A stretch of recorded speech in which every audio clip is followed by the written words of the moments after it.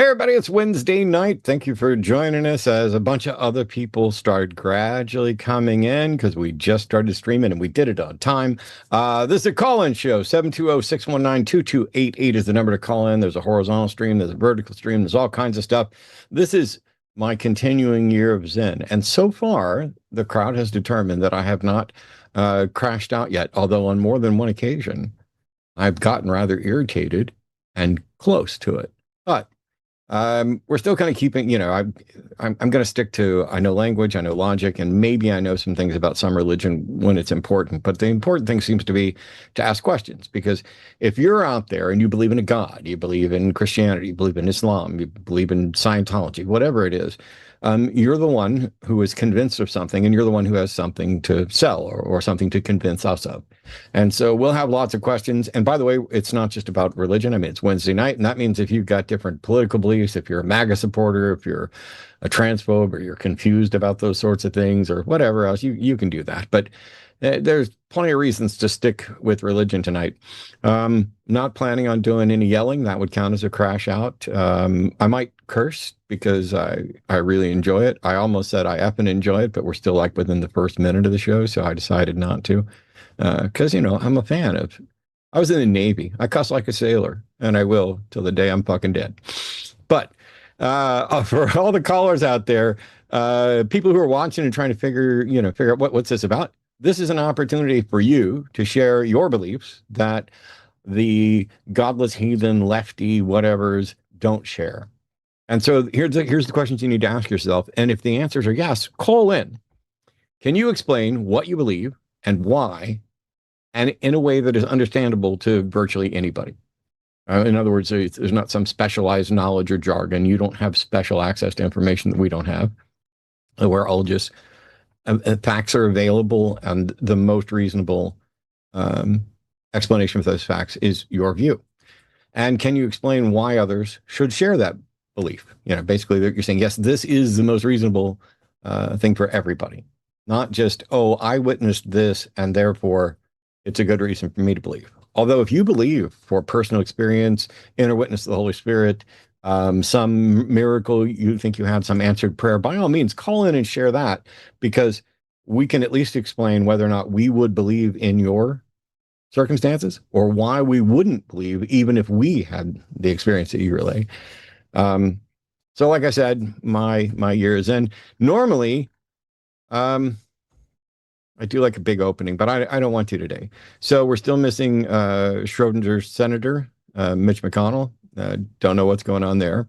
There are some election results, and there's some Democratic Socialists winning and some lefties winning, and there's some people who look like they're likely to win or leading polls. But I don't feel I need to go into any of that stuff today. I've got friends coming to town this weekend, so I'm working to get stuff ready for that. Next week, I will be going live on my YouTube channel with some reacts and some important news that I cannot tell you guys today. But trust me, things will be afoot next week, and not news about me or the channel, but like big news, world news. And also next week on the Hang Up, I'll have another new guest who is just peachy. Insiders will already know who that is. I'm going to be ramping up my TikTok presence a little bit with the help of some of my friends, including maybe tonight's friend as well. Tonight, though, Justin's here, and I'm ready to learn and have some fun and figure out a few things. Are there any honest, sincere defenders of any faith left? Are there any honest, sincere MAGA folks? Maybe you're just confused. Maybe you think we're confused, whatever. Because lately, it's been a mix of basic Phil bros, first-year confused philosophy students, biblical cherry pickers, folks who don't understand the limits of sound reasoning and good epistemology. It's weird. Matter of fact, Paula Gia and I are going to be having a discussion on my channel soon that is a little bit about gospel reliability, because that's what spawned this, and how the two of us have completely different approaches to that subject, both for our interests and for what we think is valuable. And it's a little bit about discussing the general disappointing decline of apologists. On a side note, if any of you apologists out there would actually like to learn about skepticism, what it is, how to do it, let me know. I may be up for private tutoring, but I'll definitely have discussions with you on the call about what evidentiary standards we should be supporting. Because I'm genuinely tired of getting sent videos by guys like Mike Jones from Inspiring Philosophy, who proudly whines about how he doesn't want Paul to call himself a skeptic anymore because Paul supposedly has double standards, when Mike couldn't skeptic his way out of a wet paper bag or identify his own double standards. The double standard plank, take it out of your own eye first, Mike. Because my standards are consistent, and if we find an area where they're not consistent, I fix them. I don't make exceptions for my preferred beliefs. Just because he selectively relies on insufficient evidence doesn't mean that somebody else's standards are broken just because they're not willing to be as gullible as he is on his preferred belief. It's not our fault that your God seems to consistently leave you hanging and fail to make your work easier. You've got Christian scholars and Christian wannabe scholars who are in disagreement about the facts of things, and they prefer to spend their time going after Muslims and ex-Muslims because it's way easier to shift an unskeptical, God-inclined mind towards their preferred version, whether sincerely or for the grift, which also happens, than it is to face sound epistemology and those who prefer skeptical mindsets and positions. Lines are open. Theists have preference. My year of Zen is getting even easier because joining me tonight is Justin, who gets to do all of the really hard work we all get to learn from. Please welcome all of our friend. Hey, man, how you doing? You know, I couldn't be better. Happy to be back. Been a couple of weeks since we were on stream together, and I'm excited to talk about the Bible. If we get a Christian, we'll see. I'm hoping so. I think we're already starting to get callers. I'm just going to give it just a second here. But today could be today we both convert. I mean, it could be any day. You mean again? The day we both convert again. We'll see. You know what? It's funny because I didn't really start out as a Christian, and everybody was shocked because I didn't come up from a super religious family, but I grew up in a religious area. Mm-hmm. And then some of them were even more shocked when I left. It was kind of interesting to watch the switcheroo back and forth. It's wild that there are some people who'd be like, "Oh, you're a flip-flopper." In the political realm, you would just be a flip-flopper. And what a lot of people don't realize is that there are people who like their religious positions because they haven't changed, and they want to kind of take a metaphoric dump on science because science does change, except that science is constantly moving in a direction where when we find mistakes and we find better models, we move towards them. It's not like science is going to discover tomorrow that the basics of evolution is wrong and we have good reason to believe that all those things that we couldn't confirm were supernatural were. I mean, because it's not saying the supernatural doesn't exist. It's just like, hey, we don't get to even appeal to that. And so the humility of science, which is saying, hey, I don't know, but let's go find out. Let's build a case with some evidence. That gets used as a negative. So if you're somebody who used to be a part of a group and you left, you're going to be criticized for changing your mind and updating it based on a new information, which is exactly what the findings of scientific disciplines do. They change their mind and they update based on new information or finding errors in the old information, I suppose. Yeah. And they constantly improve, right? With science, yeah. If you get something wrong, that means the next iteration is better. You're improving. But with religion, you never really get to improve. You just get to take the doctrine and say, well, actually, those words mean something different now. But you're always going to be tied to a book or a creed or something, so you can only get so far. Yep. Well, we've got calls, and we've got calls lining up. And if you're ready, we've got a theist who says that Jesus did fulfill prophecy. So, Sean, pronouns are he, him. Sean's calling in to say Jesus did fulfill prophecy. Sean, you're on with Justin, and I'm learning. Hey, how's it going? Pretty good. Yeah, can you hear me? Yeah, yeah. How you doing? Not too bad. How are you? I can't complain. No? Which prophecies are you referring to? I assume we're referring to the predictions of what the Messiah was going to do? More or less. I think like to start out with like a real basic one, virgin birth. Sure. And where do you think the virgin birth is prophesied? There's a few different places. You have Isaiah 7:14, Genesis 3:15, and Isaiah 53:2. Well, there's no virgin in Genesis 3 or Isaiah 53, but the verse you're looking for is Isaiah 7:14, and it's quoted in Matthew 1:23. You want to read it with me? Right. Sure. Let me pull it up real quick. Isaiah. Sure. Are you wanting to read it in Isaiah or Matthew? Well, it's neither. It's going to be, it's going to be in Isaiah chapter 7. We don't need Matthew. Okay, Matthew's just right. giving you what he thinks the quote is. So before we read that, do you know the context of chapter 7? 7 and 8 are actually tied together in Isaiah. Do you know what's happening? I know this is like following the death of King Uzziah, and Isaiah's seeing visions. I mean, I can't tell you specifically what they're about. Okay, so there's a war going on. The northern Israelites have made an alliance with the Arameans. They're just north near Damascus, and they're going to attack Jerusalem, Judea, and try to depose King Ahaz because he's not favorable to the alliance. So that's what it starts out. It says, in those days of Ahaz, son of Jotham, son of Uzziah, king of Judah, King Rezin of Aram and King Pekah, son of Remaliah of Israel, went up to attack Jerusalem but could not conquer it, so on and so forth.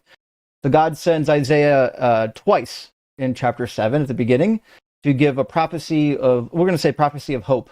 The first one he says, if you do not stand firm in your faith, you shall not stand at all. And that's the end of the first prophecy. And then we have a gap of time. We don't know how long. And then we get the second prophecy starting in verse 10. It says, again, the Lord spoke to Ahaz, saying, ask a sign of the Lord your God, let it be as deep as Sheol or as high as heaven. But Ahaz said, I will not ask, and I will not put the Lord to the test. Then Isaiah said, hear then, O house of David, is it too little for you to weary mortals, that you weary my God also? Therefore, the Lord himself will give you a sign. So we'll pause there. So far, who's talking and who's being spoken to? Isaiah or Ahaz is talking right now. Well, almost. Isaiah is talking to Ahaz. Okay. Right. And he says, Ahaz, ask God for a sign, so he'll do it for you, right? Because he's trying to shore up his faith.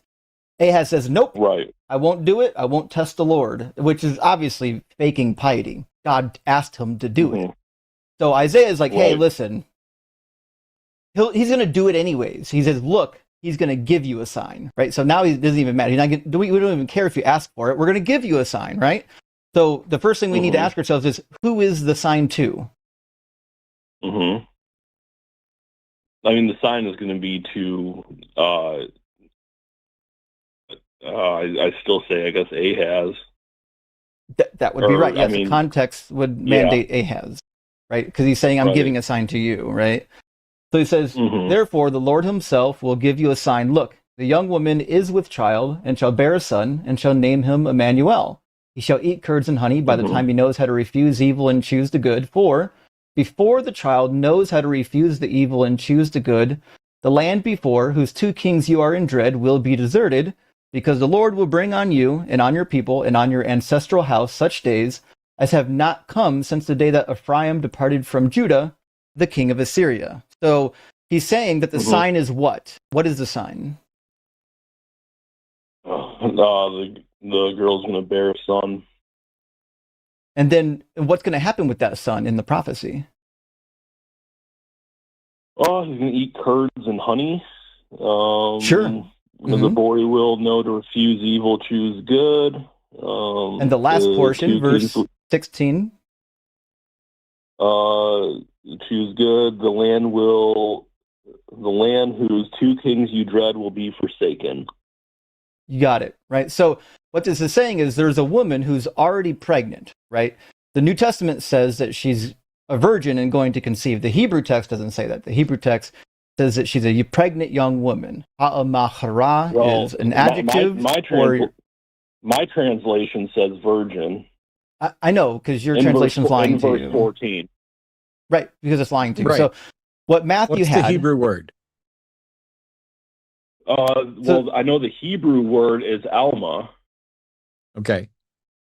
And? So why would you, if you know the Hebrew word's Alma, could you grab like a Hebrew dictionary and see what the uses are, and then start building from the context to find out if the interpretation that you're reading that says virgin is more or less accurate, and go to the tradition as well? Yeah, and I know the Septuagint translated to Parthenos, which does mean virgin. Kind of. That's where Matthew screwed up. At the time that the Septuagint was being translated, Parthenos could be used to refer to someone who's a virgin or not a virgin. It was just a young woman as well. It's very wide semantic ring. So like in the writings of Homer, if you read the Iliad and the Odyssey, there's a bunch of women who have already had children that are referred to as Alma. And even in Genesis 34 in the Septuagint, Dinah, after she's already been assaulted, is referred to as a Parthenos. So classical Greek, early classical Greek, used the word differently than how it was used when Matthew was alive, whoever wrote it, right? Matthew just understood the word to mean whatever he thought it meant to mean in his time period. He didn't understand classical Greek. He wasn't reading Homer. And so he just read this and, well, it sounds like a virgin birth. And Jesus ain't got no daddy. It must be a prophecy. But the funny thing is, it doesn't even say that the virgin is going to give birth. It actually just says the virgin's going to conceive, which still doesn't imply a virgin birth, even in the Greek. Like, not only does he not understand classical Greek, but even if it did literally mean virgin, well, virgins conceive all the time. My sister-in-law got pregnant as a virgin on their wedding night. All right. But do you think that can be within the context? Go ahead. I'm just saying, if it's not too much of a derailment, you're saying that Jesus fulfilled prophecy because this passage in Isaiah talks about a virgin birth, and you think Jesus was born of a virgin. And what Justin's done so far is point out that your translation that says virgin is inaccurate. And by seemingly your own acknowledgement, this is talking about a living person and not some future event. So it's not a prophecy. But on a side note, do you have any way to show that Jesus was in fact born of a virgin? Well, obviously no, but I guess the topic is the Bible basically true? you Jesus have fulfilled prophecy? Obviously no is good. And I'm gonna bow back out for a second, but here's my point. When you said obviously no, that is perfect, because you're saying somebody fulfilled a prophecy by being born of a virgin, and you have no way of demonstrating that, and it's obvious that you have no way of demonstrating that. And we've also just shown that the thing you were pointing to as a prophecy is not in fact a prophecy and is not about a virgin birth. So I want Justin to finish, because I know Justin's getting ready to put a button on this point. But just be ready after we're done with this virgin, because I want to know what prophecy you think he fulfilled other than this. Okay. Because I can't find any. Yeah. Okay. I'll finish this up, Sean. The reason why I not only is my interpretation of Isaiah accepted by all the scholars, I think it's strengthened if you change over to the next chapter. If you go to chapter 8, because by this point, a lot of people are saying, "Well, what does Emmanuel mean?" It must mean that it's like a God human. Not so. All of Isaiah's children, all three of them so far, have prophetic names. They're theophoric prophetic names. And so when we turn to the next chapter, chapter 8, it looks like we're seeing the birth of the child that was prophesied, who gets the prophetic name. And I'll tell you why that is. It says, "Then the Lord said to me, take a large tablet and write on it in common characters belonging to Maher-Shalal-Hashbaz, and have it attested for me by reliable witnesses, and the priest Uriah and Zechariah, son of Jeberechiah. And I went to the prophetess, and she conceived and bore a son. Then the Lord said to me, name him Maher-Shalal-Hashbaz, for the child knows how to call, before the child knows how to call my father or my mother, the wealth of Damascus and the spoil of Samaria will be carried away by the king of Assyria." What you'll see is that's the same exact prophecy, isn't it? There's a child who's born right now, and before he's even old enough to say mommy or daddy, those two kingdoms to the north are going to get wiped out. They're going to be carried off. Damascus is the primary city of the Arameans. They took it from northern Israelites. And the other one, Samaria, is another word for the northern 10 tribes. So it's actually the same exact prophecy. So this is obviously the same child. And then as the prophecy comes true, and this is my favorite part, this is why it's important to recognize that the Hebrew manuscripts got this right. So if you go down, as the prophecy is coming true, he's talking about the Assyrians sweeping into the land. It says, therefore, the Lord is bringing up against it the mighty floodwaters of the river, the king of Assyria, and all of his glory. It will rise above all of its channels and overflow its banks, and it will sweep on into Judah as a flood pouring over and will reach up to the neck, and its outspread wings will fill the breadth of your land. Now, most English translators leave O Emmanuel at the end of the sentence. It will fill the breadth of your land, O Emmanuel. You'd be surprised to know that the Hebrew manuscripts typically don't. They end at land. And O Emmanuel starts the next paragraph. It's a poetic section. It should read, verse 9, O Emmanuel, take notice, you people, and be dismayed. Listen, all you far-off countries.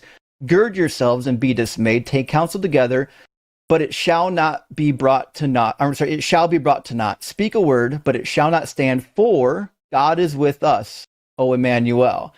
So the text itself is bracketed.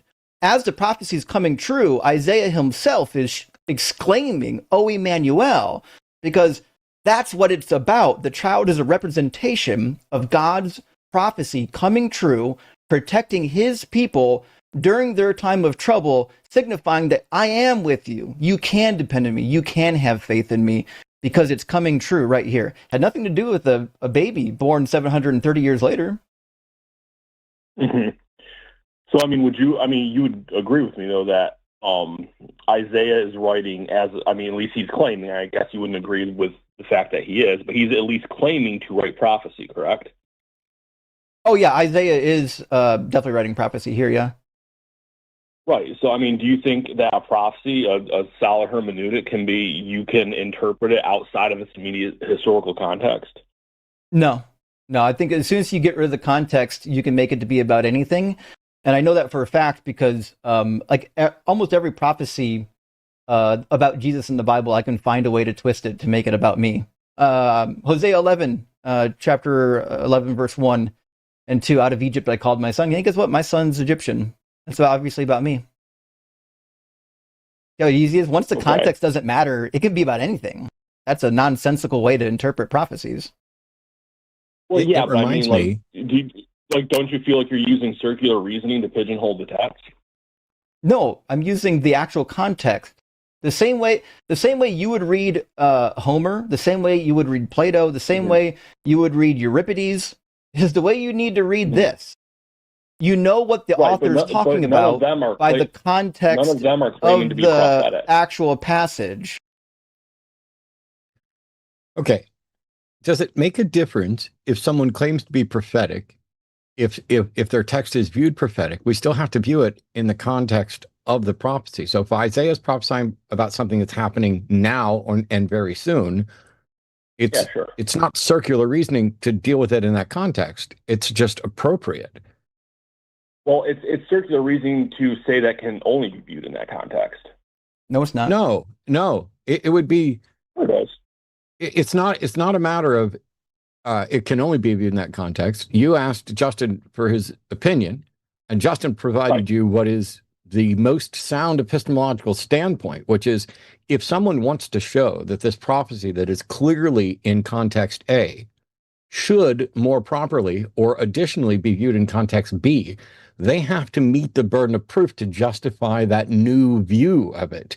It's when Justin says once you remove that, you're done. He's speaking as somebody who's an expert on these things. And if you have a way to show that this should in fact apply in some other context, you have to make that burden of proof. Yeah, because if you get to ignore the context, then right now I'm fulfilling Isaiah 66:4 with you. When I spoke, they did not listen. See how easy it is to fulfill prophecies when the context is meaningless? Well, sure. Bible's a long book. There's a lot of things you can take out. But I think when we're speaking about... Yeah, but when we're speaking about things that are designed to be prophetic in nature, and we know that within Judaism they had a hermeneutic of immediate and grander fulfillment that you have much later. Hundreds of years later, after these prophecies failed, they had to invent reinterpretations. And most of the reinterpretations failed too. Okay. All right, well, I guess on that one we can just... I can show you some. Agree. Huh? Well, I I mean, can show you some. What do you mean? Show me some of what? They're failed reinterpretations. The Dead Sea Scrolls got a bunch of them. They're called Pesharim. They've got quite a few of them in here. Nahum, Habakkuk, so on and so forth, where they just went into the prophecies and, said, actually, this means this now. This is actually about us, right? Because they needed something to be about them. If the prophecies didn't come true, how can we change the words, right? I'm So- wondering, Mhm. when I talked about prophecy repeatedly, one of the reasons I didn't dig in more on learning the same stuff that Justin's talking to you about, the specifics in there, is this.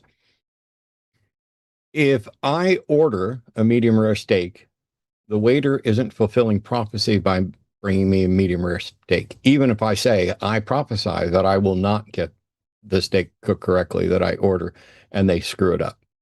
Similarly, if people are actively working to achieve something, I'm unimpressed by being that prophetic. It's like, hey, we're trying to have a baby. I hope we get pregnant. And then we do. That's not prophecy either. And so when you start talking about what is or isn't prophecy, even if people are convinced that this passage is prophetic, prophecy needs to be specific, answerable by a single identifiable set of circumstances, not subject to interpretation or respin. And if it's not, I don't see how it can be useful as prophecy, because like what Justin's saying essentially is you can spin it to be anything. You can, hey, this says this, and it's talking about me. And all you need to do then to be compelling is to find a whole bunch of other people who don't have good standards of evidence and don't require their prophecy to be answerable concretely, to say, oh yeah, that's obviously about us. And you're going to find thousands, if not millions, of rah people who really want to feel that they were the ones that a prophecy was written about and that it came true. So how can we tell that your view of this passage's extension is at all reliable? Because it seems like all you've got is, we should take this prophecy, extend it to Jesus, where it also does not where there's no way to demonstrate that it's true, because you've already admitted you have no way of demonstrating that Jesus was born of a virgin. You have no way of demonstrating Jesus was born. I think he was, or I don't have a problem with it, but I mean, you can't demonstrate it. Matter of fact, I would say you have no way of demonstrating any single fact or statement attributed to Jesus ever. We just tend to take the fact that these words are written as if they are. In fairness, that can. I'm sorry, I was still talking. I'm sorry, I was still talking. I'm sorry, I was still talking. I'm sorry, I was still talking. Well, When it's your turn, I'll stop. Yeah, I do. So, well, now you've thrown off my train of talk. So, by all means, take the floor. I was just going to say that what the standard you're laying out, where you're saying that I can't say 90 or I can't definitively say that Jesus said or did any of this. That can be said about literally 99% of people who ever lived. Yes, so I'm well aware of that. And if you wouldn't have interrupted it, I'm well aware of that. And if you wouldn't have interrupted and you'd let me finish, I'd point out that the fact that you can't demonstrate that is not really a big deal if all you want to say is, here's a person. It's a huge deal if you want to start claiming miracles and miraculous things. If you can't even show the basics, then there's definitely no justification for us to believe the extended things from it. If Socrates didn't exist, nobody cares. If the writings weren't actually written by him, but they were written by Jim Bob down the street, it doesn't matter at all. But Jesus's life, death, and resurrection are critical. They are the components. If you want to just tell me there's an old story in an old book that I can't prove and I like it, cool, good for you. There's lots of stories like that for me. But if you want to say there's prophecy about a divine being that is the savior of everyone, you got a lot of work to do if you can't even show that he was born or that you have any record of anything he said or did with any accuracy. Yeah, I guess I just don't know what evidence would look like that fits that definition that's also realistic. So I guess I honestly can't help you there. Is that whose problem is that? Why do you believe something if you don't even know what sort of evidence would confirm it? Why do I believe it? Well, for me, it's a philosophical claim, but that's not really the topic. The topic is, it's not a philosophical claim. I'm not trying to convince you of anything. No. It's not a philosophical thing. You are convinced that Jesus existed and is God or is the Son of God, and that he fulfilled prophecy. And when I ask you for the evidence for that, you say you don't even know what evidence like that would look like. So my question is, why do you believe something for which you do not know what evidence would look like? No, I said I don't know what evidence would look like for you. Okay, I don't know. No. I'm sorry, Sean. Made it very clear I'm sorry, Sean. Sean, What? I don't have special standards of evidence. This is the point we're trying to get you to understand. I'm asking you what the evidence is, and you have failed to present anything that should be convincing to anyone under any sound evidentiary standards. When you say you don't know what the evidence looks like, I'm sorry, I don't know why you're speaking. I don't know why you're talking. Oh my God, let me know when you're done. Holy shit. Okay, bitch, sit down and listen quietly. Whoa, I'm all right, sorry. for the record, I don't know how you can call anyone a bitch. I can call anybody anything I want. It's my fucking show. So I'm going to mute you, and you're going to sit there and listen quietly. And then I will let you speak. You're making a common mistake. You think that you have good reason, but that we won't accept your reason, so you don't know what would convince us. I get that. If you had bothered to ask or learn anything about skepticism or learn anything about sound evidentiary standards, you would understand that what we're asking you for is, why do you believe? Do you think your reason should be compelling for us? And if not, do you have a compelling reason for us? I've said this, I don't know, thousands of times over the 23 years that I've been doing this. I know you probably haven't been watching that long or paying attention or whatever else, but here we go. You don't need to be concerned with what evidence would convince us. You need to present the evidence you have. Do you think a lawyer walks into a courtroom going, well, Your Honor, we think the defendant's guilty, but we need to poll the jury to find out what kind of evidence each one of them would like to have so that we can go out and see if maybe we can find that evidence. We're convinced, but we're not convinced we can make the case to the jury. I'm sorry. Evidentiary standards are pretty straightforward. If you can't, by your own admission, demonstrate that someone was born of a virgin, you don't get to claim that they fulfilled prophecy by being born of a virgin. This is not some special standard of evidence. This is basic, let's avoid gullibility and avoid looking stupid levels of understanding evidence. If you think that somebody was born of a virgin and that fulfills prophecy, and you admit that you have no way of demonstrating they were born of a virgin, then you do not have a rational, evidence-based position at all. You have a faith-based position, and faith is gullibility, and faith can be used to justify anything. So what we're asking you to do, and I'm almost done, and you'll get to talk, what I'm asking you to do is to present the evidence that you have that you find compelling that Jesus was born of a virgin. And I'm willing to bet a paycheck, pretty much, that it's nothing but for the Bible tells me so. But your turn, Sean. All right. Well, if that's your standard, then we might as well just hang up because Good. By your own admission. Nope. I'm going to let you talk. I promise. And I'm not going to say another word after I bring you back after this. But I like how you just quit. You're here as a Christian. You're supposed to be prepared at all times to offer the reason for the faith that's within you. I know, because that's what got me here. I was a Christian too. I believed some, if not all of the same things that you used to believe.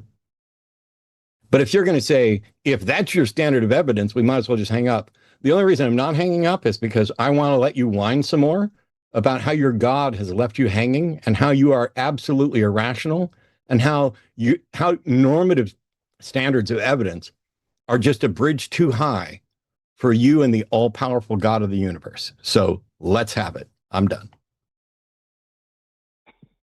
All right.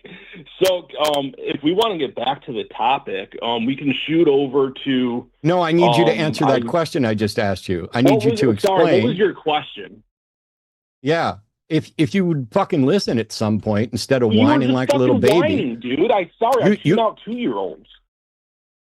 Oh, I'm sorry. You're the 2-year-old here. You're whining that standards of evidence are too high for you and the all-powerful creator of the universe. And I'd like you to explain that because you now believe something which you have admitted you're irrational for believing. and that you and your God can't seem to sort out. So will you present the evidence for why you're convinced of it? So why am I convinced of what specifically? That Jesus was born of a virgin and fulfilled prophecy. I already admitted 15 minutes ago, before your rant about God fucking knows what, that I can't. I don't have Mary in front of me. I don't have her medical report. Okay. I'm sorry that you think I was ranting about God fucking knows what. Here, let me clear it up for you. I'd really love to bow out of this, but you're crashing out so badly that I've had to mute you multiple times. If you admit that you can't demonstrate the thing you believe, then my new question is, how is it not irrational and unwarranted for you to believe something which you cannot demonstrate?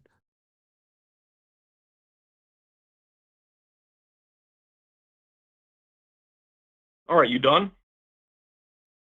I asked you a question. I figured that was obvious. I'm sorry. Yes, please answer my question. So you're asking me, how is it rational that I believe that Mary was a virgin?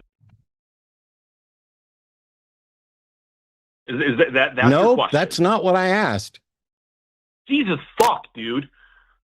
I'm sorry. I'm sorry that you are incapable of listening to basic sentences, but we'll go with that you're one. afraid to move on with this conversation. I already told you I can't prove Mary was a virgin. I conceded that point.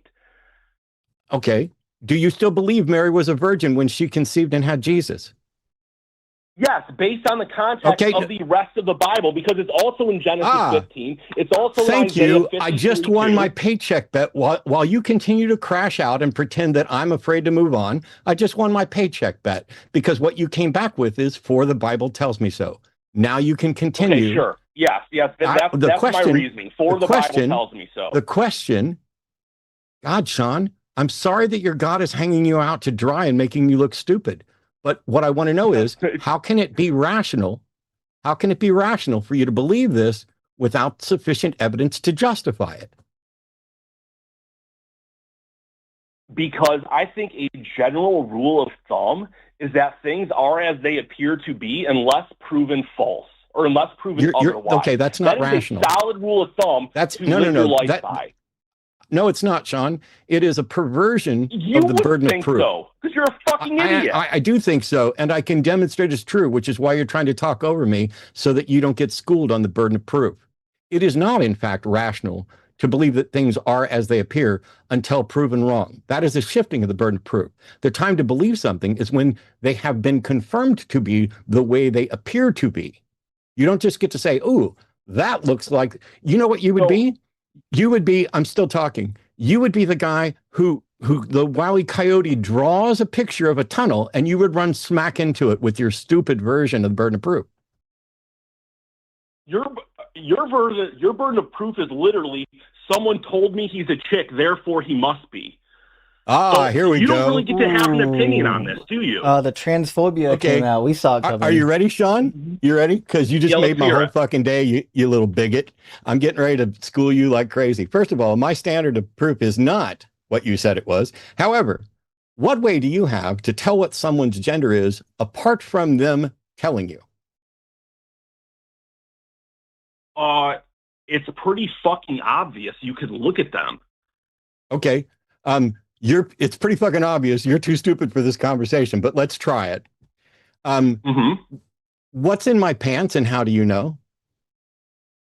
I know what's in there because everything about you screams bitch. He ran away. He ran away as soon as we asked a question. See, he has no way of demonstrating any position he holds. He doesn't have any way of demonstrating that Jesus was born of a virgin or that Jesus was born of all. He doesn't have any way of demonstrating that his views, his antiquated views on gender are correct. Sean's just a little coward who kept trying to say, "Oh, you won't move on with the conversation." No, I'm trying to figure out, you're convinced of something and you think we should be too. And we've told you where you're wrong, and you've admitted what you can't demonstrate. And then you crashed out and decided to switch topics to the same bigoted bullshit that I'm sure you're a big Andrew Wilson fan. I hope you can open a jar better than he can. And I hope that someday you learn that a trilemma can't be true. But I do hope you continually get your clock cleaned in debates with women, because I think they're awesome. And I know how much it's going to sting you. Anyway, we got other callers coming in, but while we're clearing it up, was there more stuff on that particular prophecy that we didn't get to? That we should. There's always more you can do on Isaiah 7, but I'm not sure it's entirely necessary. If you dig any deeper, then you'll just get lost in the weeds. The next layer is getting into the Hebrew pronouns, because there's some funny stuff happening with the pronouns, but unless you're reading Hebrew in front of, you have it in front of you, there's no point in doing it. But it's interesting stuff. It shows up in Jeremiah too. You can tell that the author, not the author, but the speaker is speaking to a whole group of people, not just one person, not actually just to King Ahaz. It's like King Ahaz and his court. Kind of fun. But the next apologetic phase of Isaiah 7 is that, no, he rejected the prophecy. And look, these plural pronouns show up, which means now he's talking to future Israel, which isn't true at all if you know anything about the Hebrew Bible. And see, I don't. I've got some really good study Bibles. I've talked before about e-sword.net, which is actually an application that I've used for years. It's wonderful, and I'm sure that the guy that wrote it is probably a little irritated that I feature it so prominently, but I think it's a great tool. It is. I have multiple Bibles that I can cross-reference, and they come from different translations of different Bibles, and some of them are keyed up with dictionaries and commentary for different passages. So it's like, I clicked over to the KJV 1611, but this one includes Maccabees and Esdras and stuff, which I'm not used to looking at all because I was never Catholic. But if you just go over, I'm just going to pick a random verse, Lamentations 4:3. There we go. Even the sea monsters draw out the breast. They give suck to their young ones. The daughter of my people has become cruel like the ostriches in the wilderness. Now, that's an interesting verse, because in all the times that I've read the Bible and studied the Bible, I don't really recall this verse in particular. And I don't know the full context of what's there, but I have, I don't know. Here's Robert Hawker's dissertation on Lamentations 4:1-10 and what it's actually talking about. And I can look up where it says sea monsters. That Hebrew word is tan.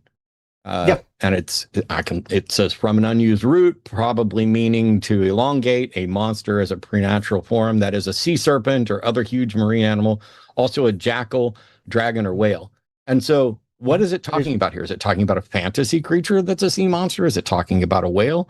And does it matter? And do we know? Yeah, it's a deity. The ancient root goes back to Tanin, which was a Mesopotamian version of a Leviathan. Yeah, I mean, it's just mythology, man. Well, we have wow, I can't even read that. So we do have another call if you're ready. Anyway, it's a sure. So John's calling from Missouri. John is asking, why would Paul make up the supernatural parts? Hey, John, how are you? I'm good, and I talked to you about 3 weeks ago. You were on with someone else, but we were. I was asked a question about Paul, and you actually suggested I talk to Justin about him. Yeah, and I will mute myself because I remember that call. Justin. By the way, John, I will say before we start, the question is framed: why would Paul make up the supernatural parts? I don't think that making up.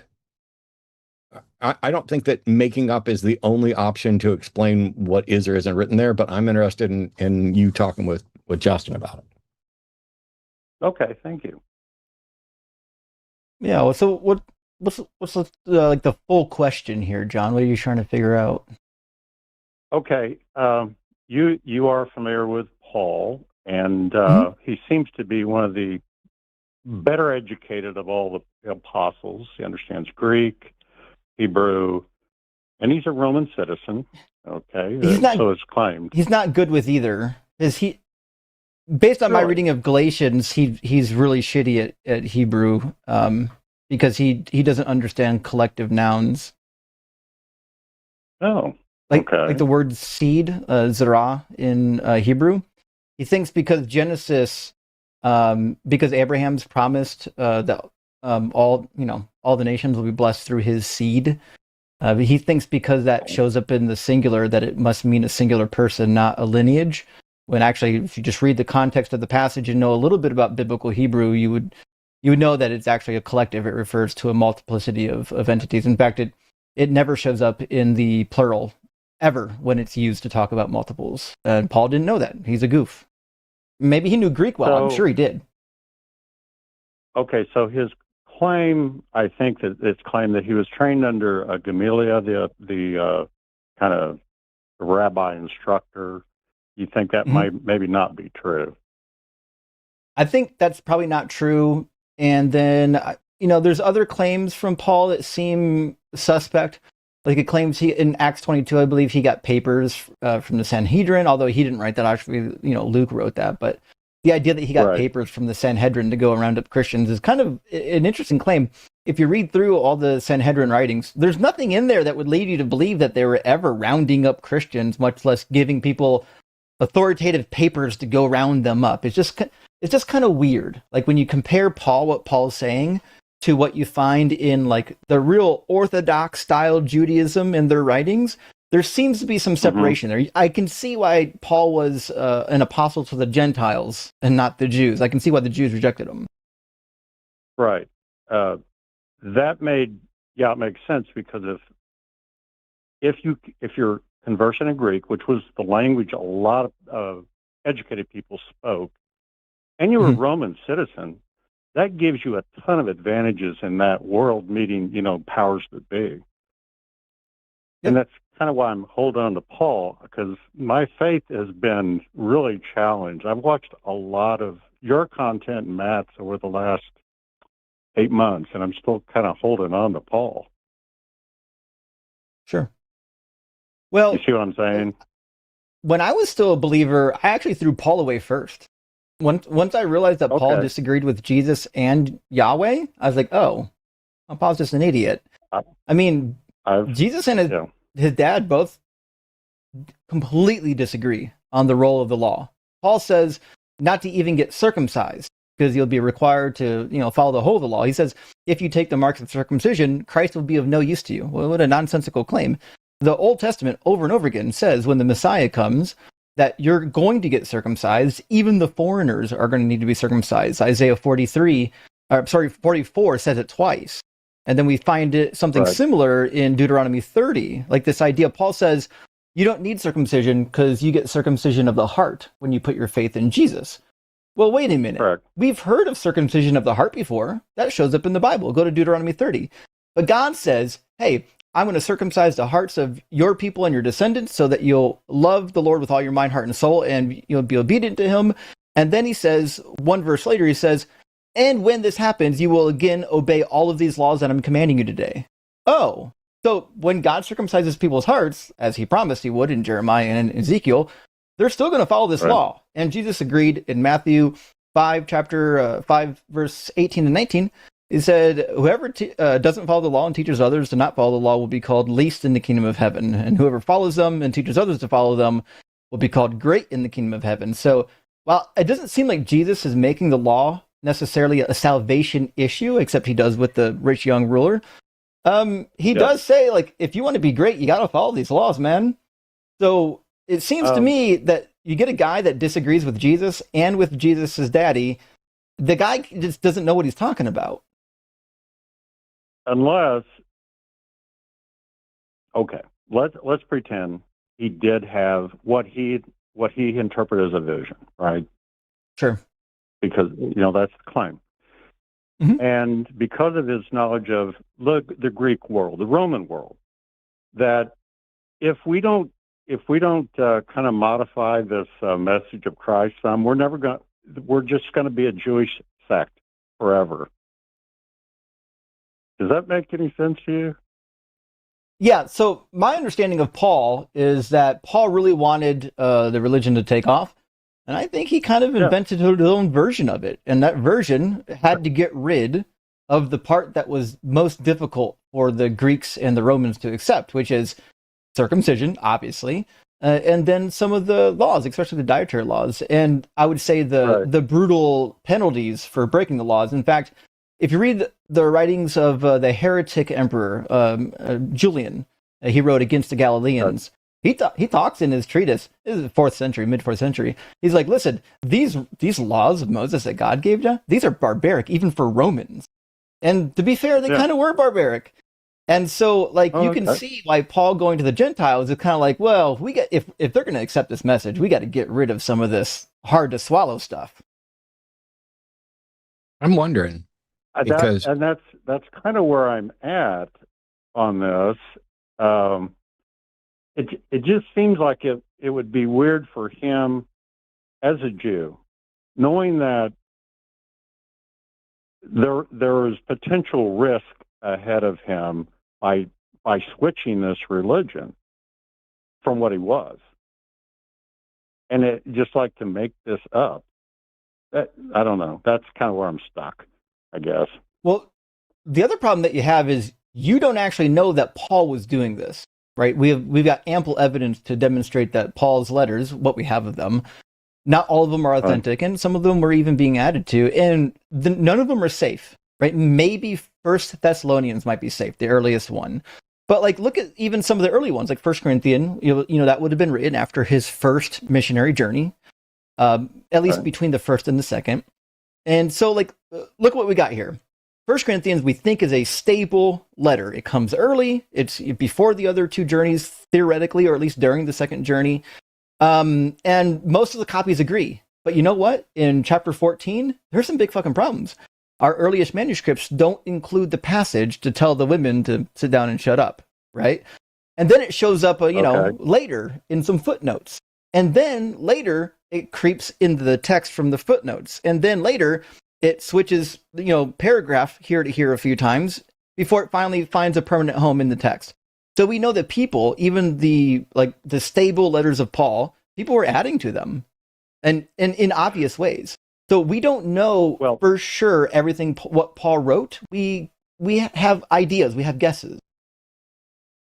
I know that there's problems with Timothy and Titus because that's where he gets down on women, and that's the qualifications for elders. They must be a man, and so on. And those two are kind of suspect right there. Right. Well, that's the other thing. If you read the authentic Pauline material, he's actually not against women in leadership at all. He's actually very egalitarian. So when we get to the other passages that we know are not Pauline, guess what we find? People that are not egalitarian. Because we have the beginnings of the church organization, so to speak, and we're not going to allow women to do anything here, make coffee. Right. So, all right. Well, I'm going to do a lot more plunging in. Like I said, I've been watching a great deal of your content, and like I said, I understand the moral problems with God, but I'm just kind of hanging on, if you know what I mean. I do know what you mean. I have a question though. But hey, yes, go ahead. Well, you had called in and you're like, hey, why would Paul make up the supernatural parts? And I know we didn't quite address that. But a couple moments ago, you suggested that Paul, perhaps on his own, based on what Justin said and what you'd already been kind of feeling out, Paul might have been modifying the message to make it more palatable. Wouldn't that suspicion be enough to both significantly doubt Paul's accuracy and honesty and whether or not the supernatural experience he's reporting is accurate or embellished or, a big fish story? And for me, we have, out of all the Pauline letters, there's 7 that I think pretty much everybody accepts, like Romans and 1st and 2nd Corinthians and Thessalonians, Galatians and Philippians, maybe. And then usually. there's a bunch of others, like Second Thessalonians is written like between 30 Clearly. and 50 years after the first one. Right. And then there's both Timothy's, Titus, Ephesians, Colossians, and Hebrews that are all doubted or outright rejected by scholarship. And so and correct me if I got any of that wrong, but if the general consensus, even among Christian scholars, is that the foundational cornerstone of the modern Christian message, which many would argue is Paul much more than any red letter comments from Jesus for a number of significant aspects of the religion, is like, if you open to one of the books attributed to him, it's a 50-50 shot as to whether or not it was actually done by him or accurate. And the suspicion is he's tailoring a message. Here's the thing. Don't worry about the various moral issues with God. Ask yourself, why doesn't God address this? Why does God leave you hanging? Why did he leave me hanging? Why does he leave Justin hanging? Why does he allow this confusion to persist?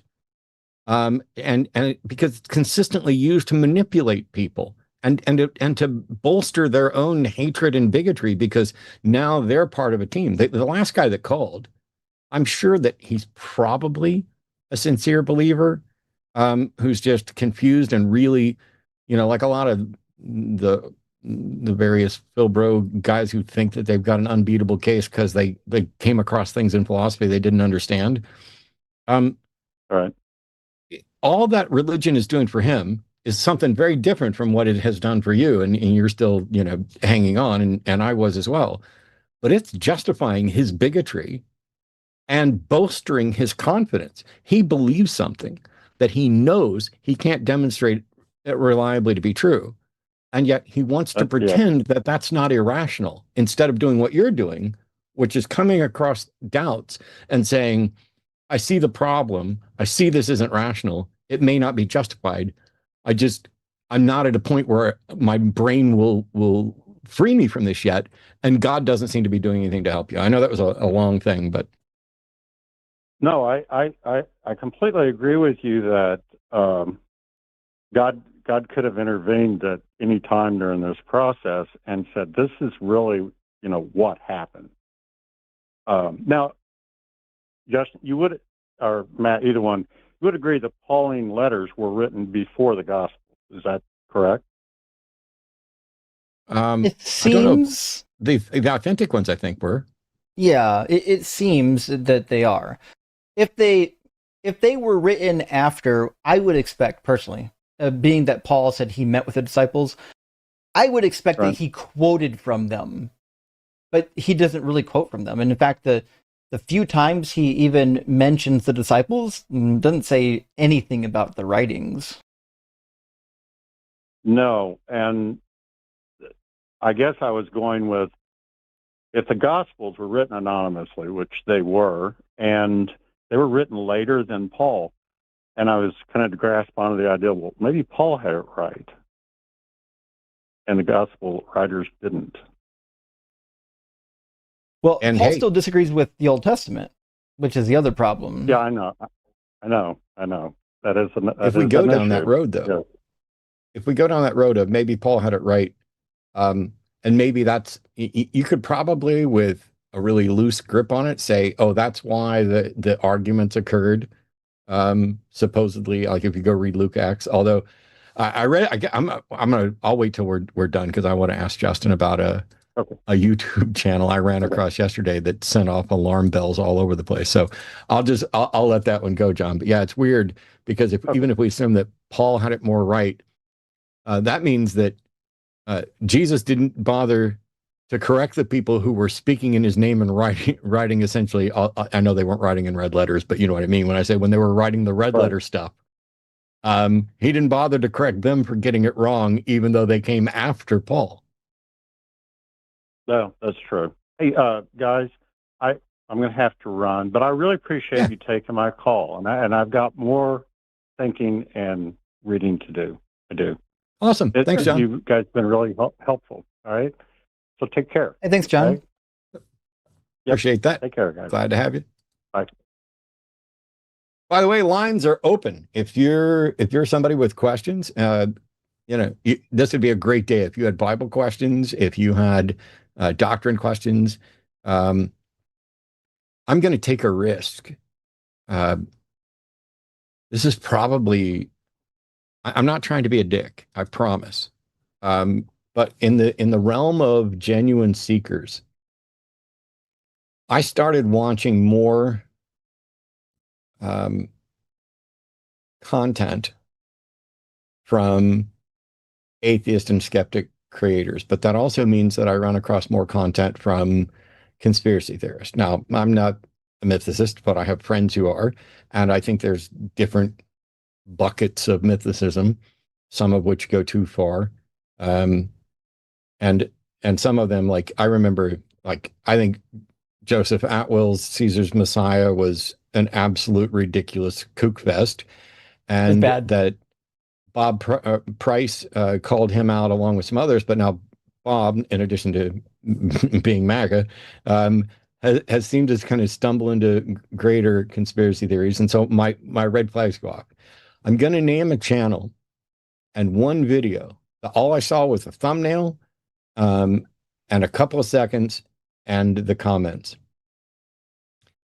But the entire channel seems to be full of this stuff. And my skeptic warning bells ring instantly. The channel's called History Valley. Are you familiar with it? And Jacob Berman is a friend of mine. Cool, because he seems to be having scholars on that are saying things like Luke invented Paul. Okay, so that's what the thumbnail says. Yes, there are some opinions on, first of all, the late authorship of Luke is getting more and more popular now. There's a couple of books you can get that will address this. And it even looks like maybe the book of Acts could be riffing on Josephus a little bit. There's some concerns. Now, traditionally, Luke and Acts were believed to be had done before John, right? But it certainly is possible. There are reasons to believe that it could have been at least completed after John, even though some of it started before John. But it just depends on what you think. Some scholars, like even traditional scholars, will concede that it looks like there might have actually been two different authors, a primary author and then one who came back and did some redacting. But right now, there's a lot of material coming out from people who are actually skeptical that it could have even come before John. And some will say, well, we can just push John back even further. And some would say, no, we'll just move Luke on the other side of John. But anyways, Jacob Berman is definitely bringing in some of the, I don't want to call them fringe scholars. I'm saying he's bringing in scholars that are a little more, they're not beholden to teach particular views. They're at secular universities. They're not like at seminaries. And so some of these theories that certainly are plausible, they're welcome to say them without getting fired. Sure.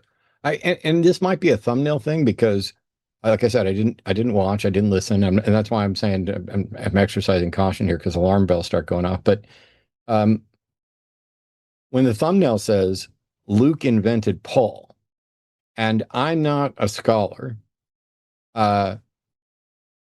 considering that everything I know about the scholarly view on dating of Paul and which of Paul's letters were most likely legit. The dating of all that is significantly before the author of Luke Acts gets around to stuff.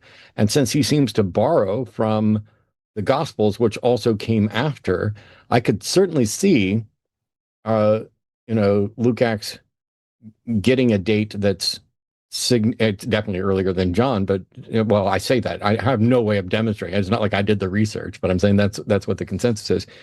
But to suggest to me, when I saw Luke invented Paul, like Paul didn't exist, I'm like, I don't even if they could make the case, which I don't think they can. And granted, I'm still going off the thumbnail. It's going to be a tough case.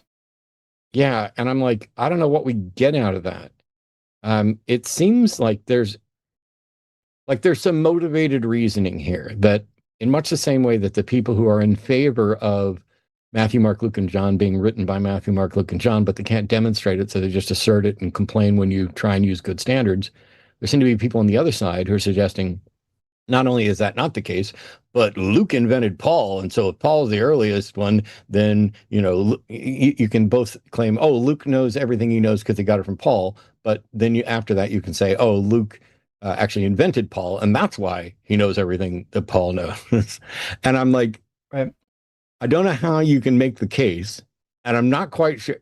Are these kind of, I don't know how he views it. I don't know how the scholars view it. Are these like interesting diversions that nobody's necessarily convinced we can make, but it's used to kind of show how weak it is, in the same way that I pointed out you couldn't demonstrate Jesus was born of a virgin, yet you believe it. It's not super convincing, because even in some of the early Greek manuscripts, there's evidence that there was a person who was acting as a scribe and somebody who was using the amanuensis to write the letters and then would sign off at the end, which was customary of Paul.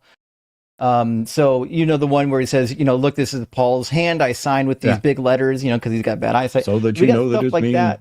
It really shows up in the Greek. You got these big old letters.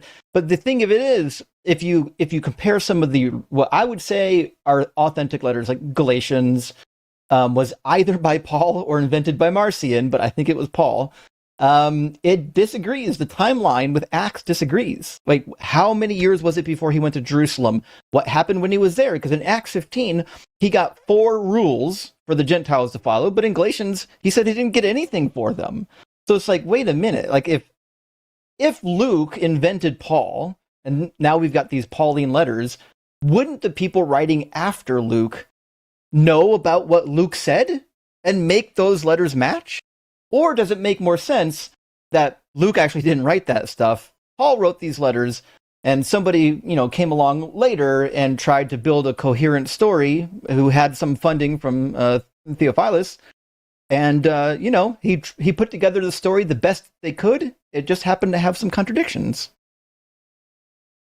So I'm going to get to another caller here in just a second, and I don't want to dig into this, but well, I'll take a note and we'll get to it between calls if there aren't calls. But because we have a theist on the phone, let's not make this theist wait. Aaron is calling from Wisconsin. Pronouns are he, him, and he wants to say that God is not awful. Hey, Aaron, welcome. You're on with Justin and Matt. Which God are we talking about? We're talking about the Christian God. How's it going, guys? Mm-hmm. Not bad. Cool. So, yeah, I just didn't. For record, if we have stories in the Old Testament of God doing and approving things, you think they're true and good?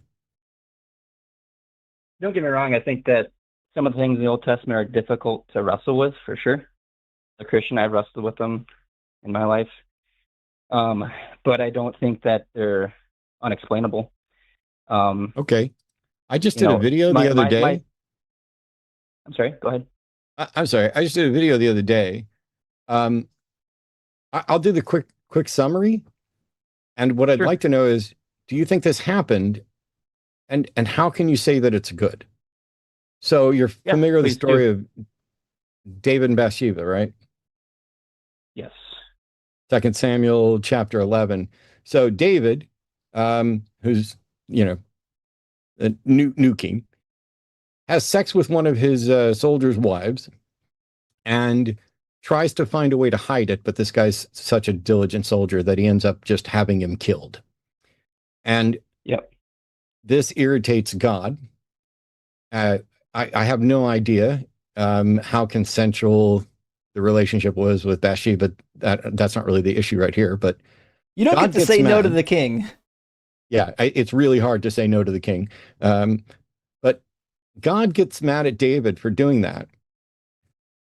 God's purported punishment is to basically stir up struggle and strife in David's house and have David's oldest son have sex with David's wives in public. That's the stated punishment, that God is going to essentially have David's wives raped in public, and it happens by his own son.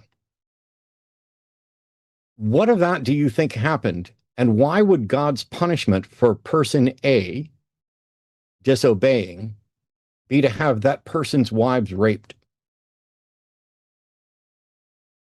Yeah, that's a tough one. That's one that I probably need to study a little harder. I thought you were maybe going to go down the whole path of, why did God allow, or have his son killed, right? Or Yeah, well, I don't know why God kills the firstborn. I don't know why God kills people's kids. I don't know why God punishes people for their parents' sins inherited to the 4th and 10 generations. I just went with that one because when I hear that story, God sounds like an absolute monster who got exactly the king that he wanted, because David's king, because Saul refused to kill everybody and just left one guy out when God told him to go slaughter a bunch of people. And so God's like, Saul, you're done being king after a long period of time, and David's going to take over whatever else. He drowns the entire world, except for 8 people. And then, and that guy is a drunk who punishes his own sons to be slaves of his other sons. It is this comedy of errors from a demented individual who loves blood sacrifice and barbecue, who doesn't hold equality between genders, who doesn't allow property rights, who endorses and permits slavery. I don't know how. Well, like, I'm sure that God has done something good, but and I hate to be the guy who. Well, let me pick a different name. I'm sure that several mass murderers have loved their mom, but I don't think that makes them good people. Sure. Yeah. I totally understand that argument. I mean, from my perspective and reading the Bible and being a Christian most of my life, God created people for relationships, not because he needed us, but he wanted beings that could love freely. And he wanted to share that. And so that's really the reason why he created us in the first place. He gave us that genuine freedom to, make our choices in life. And no, he didn't. Consequence. No, he gave us free will to make decisions, and the consequences of our decisions oftentimes are catastrophic. Like the thing that you mentioned about, David and his son, because of the decisions that David made, it was a catastrophe for his whole family and everybody else. And I think it really points back to would it have been a catastrophe? Would it have been a catastrophe if God hadn't arranged to have his wives raped? Would it be a catastrophe? You said God creates us. You said that God creates us for relationships. I don't know how you know that. I'd love to know. But then you also say he gave us free will. So here's the quick and easy questions. Do you think God created everything, the universe and everything? Yes. Did he create the universe knowing you and I would have this exact conversation? Right, but like if I have a kid, that's a question. And my kid is going to... That's a question. Sorry. When he created the universe, did he know then that you and I would be having this conversation? Yes. Could he have made a different universe where I stayed a Christian, became a pastor, and you and I had a different conversation right now? Yes, it's possible. Yeah. Okay. Then under your model, God chose everything at the time of creating the universe. He picked the universe in which David did those things. He picked the universe in which he would decide to punish David's wives. He picked the universe in which I stopped being a Christian. He picked the universe in which you said everything you've said right here. Where is there free will in that model? Right. So it's the same thing as saying, okay, so I have a child, and my child is going to cry in the middle of the night. I know that for a fact. And when I put my kid down for bed, I know they're going to cry at night, but I do it anyway. You don't. So you don't. It's not. I'm not causing the kid to cry, right? So first of all, you're wrong. You don't know that your kid is going to cry in the middle of the night in the same way that God knows absolutely what's going to happen. And you don't get to pick what sort of night you're going to have. You don't get to pick whether it's a night your child's going to cry or it doesn't. You're dealing with the unknown. You're talking about reasonable expectations based on how often kids are going to cry. But your kid could get hit by a meteor 5 seconds after you put him down and he doesn't cry. You don't get to pretend that reasonable inferences and common knowledge are the same as the all-knowing, all-powerful creator of the universe deciding to create the universe which your baby cries that night, instead of creating the universe where you don't have a baby. Those things aren't roughly analogous. You can't say, I have a really good reason to believe this, so it's reasonable to expect it. That's not the same as a God who absolutely knows, could have made things differently, and didn't, made this instead. God picked this universe. Where's the free will in that? I know one of the arguments is he probably picked the most optimal universe where the most amount of people would freely choose him. That would be the idea, right? But we That's don't not know. an answer either. We don't know. At the end of the day, we don't know But why that's not he his created question. this specific. Yeah.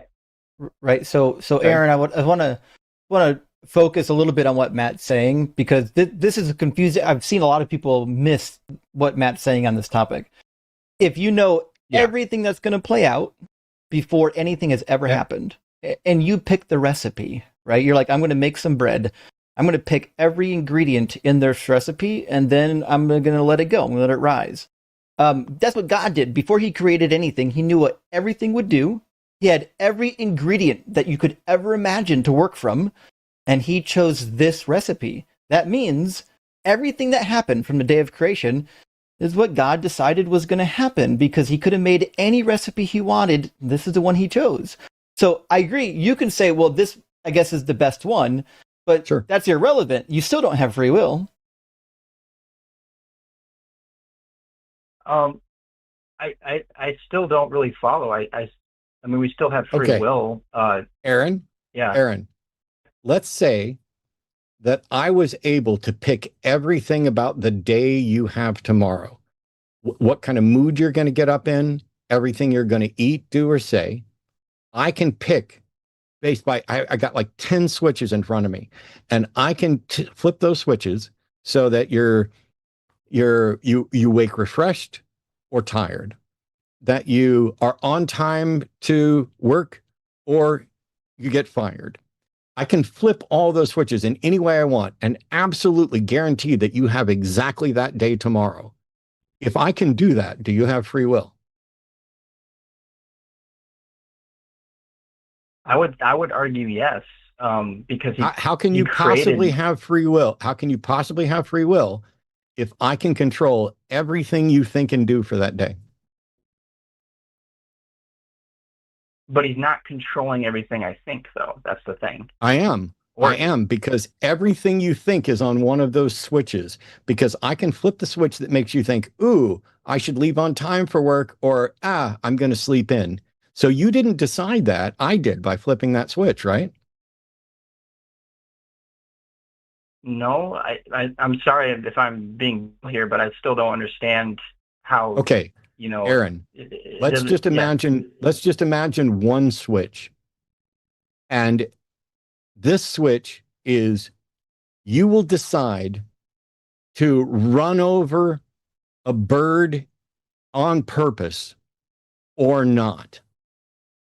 And I can choose whether you intentionally run over a bird or not. Is that action part of your free will, or has your free will been usurped in order to control whether you run over that bird intentionally or not?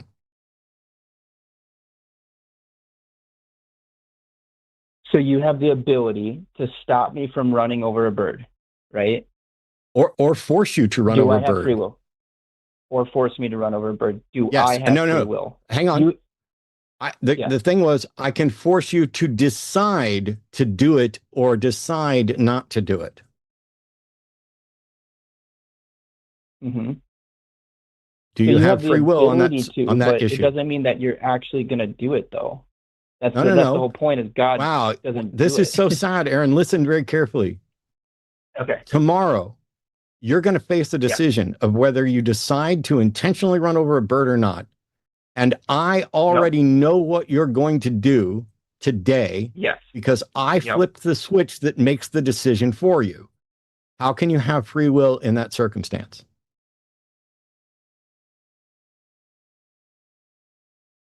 So I'm really trying to steelman your argument. So you're saying that God tweaks everything, right? He tweaks the weather. Aaron, he tweaks all these things. Aaron, Yeah. Aaron, if you get in your I'm car trying, man. tomorrow, Yeah. if you get in your car tomorrow and are faced with deciding whether to run over a bird, but I can flip a switch today that absolutely guarantees what decision you will make, do you have any free will over that decision?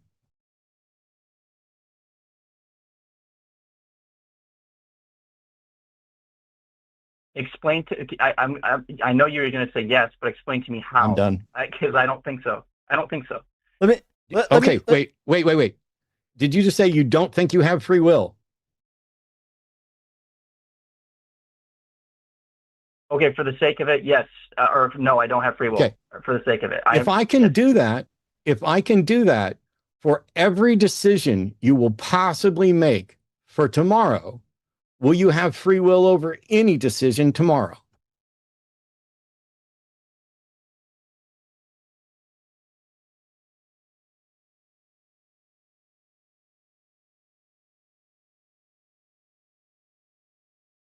If you have the ability to flip a switch for me to do X, then I guess no, I don't have free will. Okay, under your model, God had the ability and the capability and the power to flip that switch for every decision that everybody ever made throughout the entirety of history. Because when he created the universe, he could have made the one where you understood what I was asking on the very first one, or that you didn't ever understand it. And instead, he picked the universe under which you grasped it at some point through the conversation. If he doesn't do that, if he does that, there's no free will. If he doesn't do that, there can be no prophecy. If he doesn't do that, he can't decide to bind Pharaoh and make Pharaoh obey. He can't decide to conspire to have events and decisions made in order to have David's oldest son rape his wives. That is a violation of individual's will, but it doesn't matter because the model you accept, there isn't free will at all. This is all just a game to God, where God made this universe. Maybe next week he'll destroy it and make another universe with a different outcome. Because if you absolutely know everything that will happen, you are in charge of deciding what universe you will pick from a variety of different universes. Then there's no room left for free will. That's the whole point I was making. Okay. Do you believe we have free will? No, not in the way, certainly not libertarian free will. I believe we have will.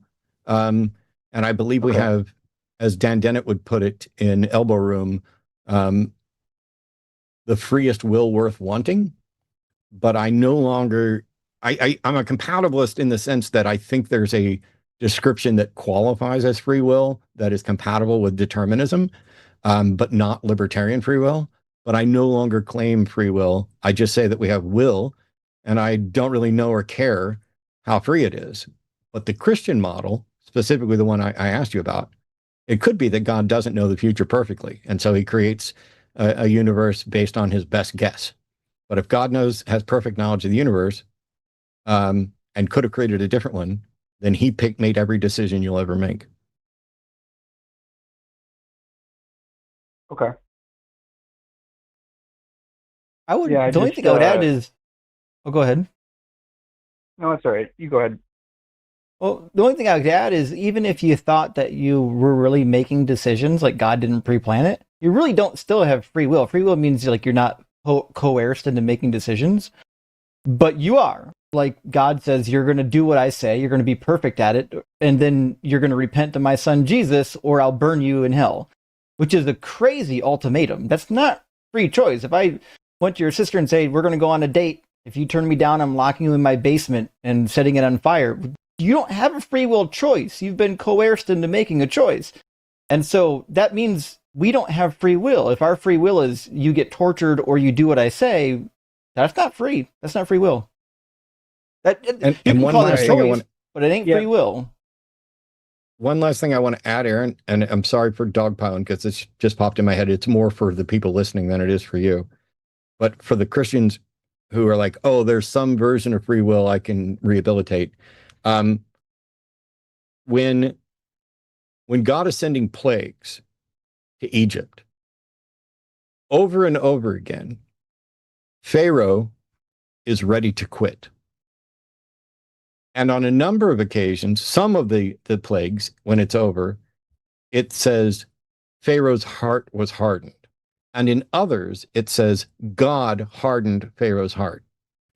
If your view, even if you think we have free will under some version of this, is that God can come in and essentially harden Pharaoh's heart and force him not to let God's people go, then not only is God increasing punishment so that he can show off and teach everybody a lesson, but he's doing so by actively violating somebody's free will. And the number of times where that sort of thing is required is already enough to make you say, how do I ever know I have free will if God can do this to me and it's undetectable? So there's a second problem for free will, is kind of what I was pointing to. Mm.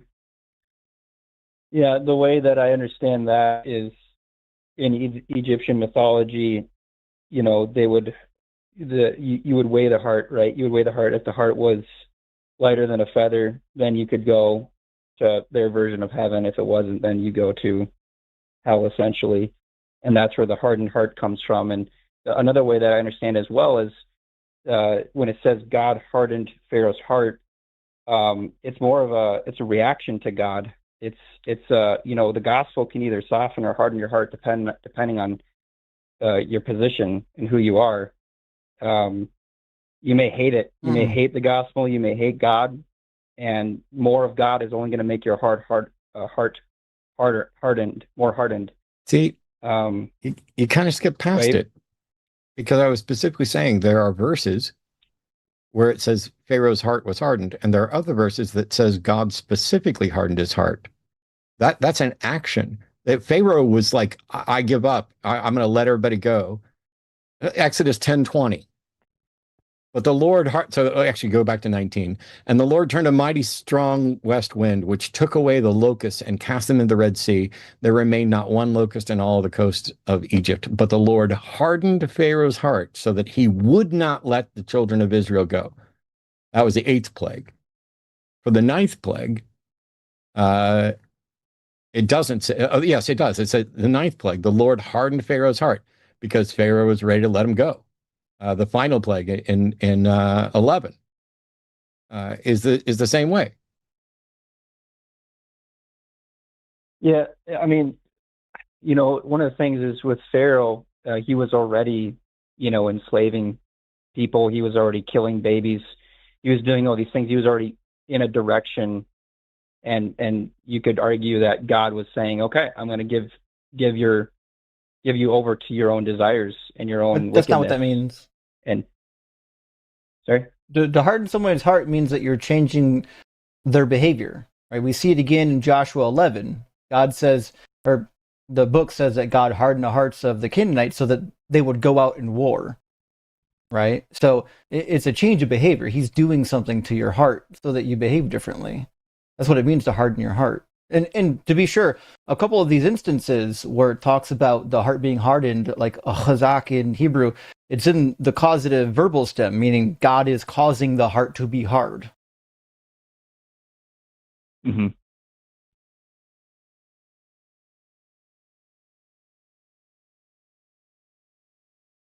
Yeah, no, some of these are very difficult questions. Yeah. You know, I'm not a scholar. A lot of these things I'm not either. To... I'm not either. Yeah. And I wouldn't know the Hebrew words, but I mean, I have them in front of me. So like in Exodus 9:12, it says, and the Lord hardened the heart of Pharaoh. That's Kazakh. But if you go to Exodus 9:6, no. There's 3 verbs they're going to use. I lost it. For the 5th plague. And the heart of Pharaoh was hardened. That's kabod or kabed. Mm-hmm. That means so to make heavy. Yeah. That is not necessarily God acting, but Kazakh is God doing. It could be God doing it, both of them. But when we're using different verbs, the same author um, is using different phrases. And so I take a slightly different meaning. To me, when I read the Exodus story, what I see is God's going to go and free his people, which is really weird that, the Pharaoh has magicians that can turn sticks to snakes, but Moses is just better at it. He's just got a bigger snake, which to me is a whole nother metaphor in the modern culture, but I get it. The thing is, at first, it's like Pharaoh is stubborn. God does this, and Pharaoh relents, but he stubborns himself, is how I tend to read it. That he's just like, okay, that's over. That's not going to happen again. I'm not letting those people go. And at some point, Pharaoh genuinely is ready to completely give up and allow Moses and his people to leave. And instead, God hardens his heart. Now, we can set aside the fact that there is absolutely no reliable archaeological evidence or sociological evidence to suggest that the ancient Israelites were in fact enslaved in Egypt. You don't see the cross-contamination of cultures or anything else. None of this makes any sense. But at a minimum, Pharaoh's definitely definitely ready to let people go. And when it says God hardened his heart, it's so he can get in his last shots to be like, no, I'm God, and I'm going to kill all of your firstborn because I made you even more stubborn and opposed to me than you were. I don't know how to make that make sense either. All of it sounds like a monster. Mm. Like if I advocated killing everybody's firstborn who wasn't an atheist, I think that theists of all stripes would be completely justified in calling for my incarceration or extermination. Sure, but we're Why talking would it about be God, different though. for a God? This is, I mean, God can do whatever he wants. He created the Why? universe, and So, sorry, go ahead. well, I mean, I'm just responding to your statement. You said he can do whatever he wants. I just asked why. Why do you think he can? Like, does God not have some sort of a moral code? Because, like, in my view, like at a minimum, Well, God he has to gives be life just. and he takes life. He definitely takes life, right? But is he just? He's allowed to do that. We aren't, right? Like, But Is it certain things moral? that he Is he can do just? that we can't. Is it But is he moral just? for Sure, he can take life it and it's moral? morally Yeah. just, of course. Yeah. Okay, So of course. when God has, so you called in to say that God isn't awful. And what you're saying is when God drowns the overwhelming majority of the world, when he kills the firstborn, when he orders people's wives raped, those things are all just because God is above the law. right. But that perverts the word justice.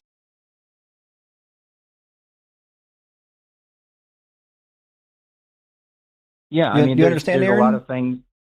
No, I totally get it. There's a lot of things in the Old Testament that you're like, kind of scratch your head and you go, okay, why did God do this? How weird. But at the I'm sorry, Aaron. I apologize. I don't have the self-control despite wanting to. First of all, the fact that we're talking about things in the Old Testament,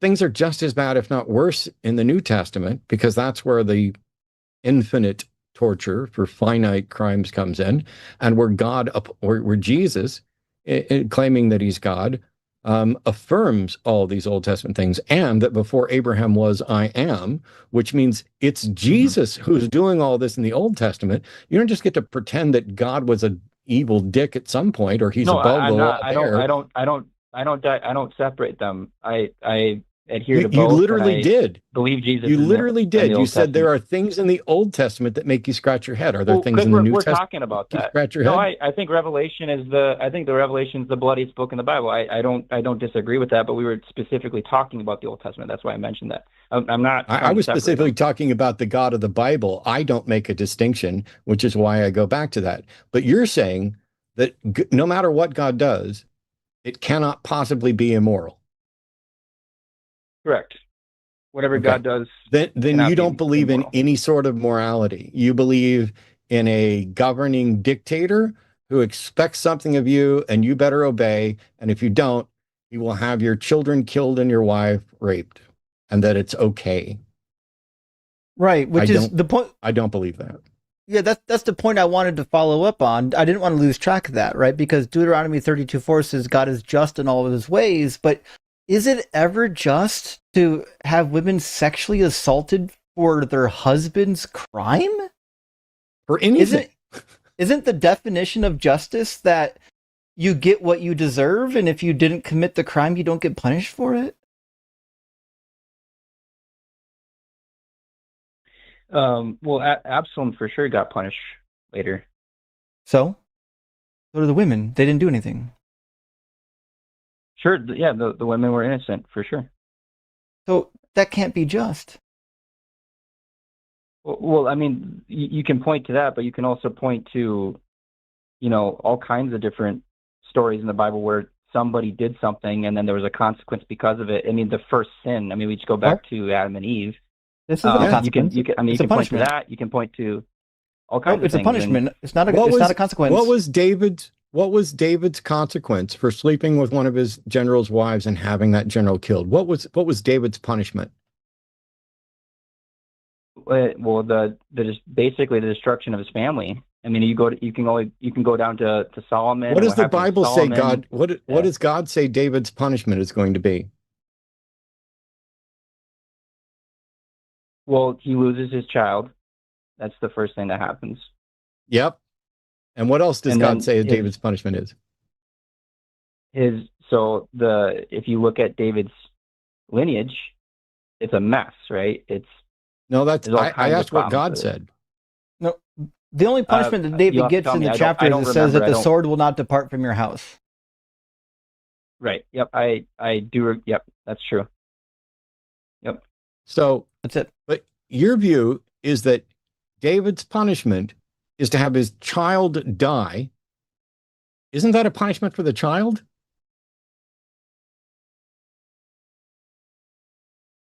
It's a punishment for David. Why? Why would killing David's bastard child be a punishment for David? He's losing. Actually, helping him bury the evidence. He was what? Because it's a punishment because he lost his firstborn son. No, that wasn't his firstborn son. He was already married to Abigail. That was his bastard child with Bathsheba. His firstborn son is the one that had sex with his wives in public. Oh, right. Yeah. Absalom. Yeah. He should have been already married to Michal and Abigail. Yeah, Absalom also killed his brother for having sex with his sister. See, none of this story actually happened. That's why there's mirrors in the narrative. So David has an inappropriate sexual relationship that results in a child, tries to cover it up. He's unable to cover it up. So he covers it up by having the guy killed. And then after the guy is dead and Bathsheba has mourned, he marries Bathsheba, or she becomes one of his wives, which is already weird that we were using wives in the plural sense. But okay, hey, do your own thing. And so there's no punishment for that. Instead, God comes along and says, hey, that baby's going to die. But that's not his firstborn. He's got many wives, many children. This is hiding the evidence. But even if it was enough to make him sad, even if David wasn't a monster, which he was, and David had love for that child, why would it be a good punishment to kill someone's kid because they disobeyed? Why is all of this, like, it goes all the way back to the Garden of Eden, as you said. One man brought sin and death into the world, and we're all paying for it. If you had an employee who stole from you, do you think it'd be fair to send his kid to jail as a penalty? Mm-hmm. This is not morality.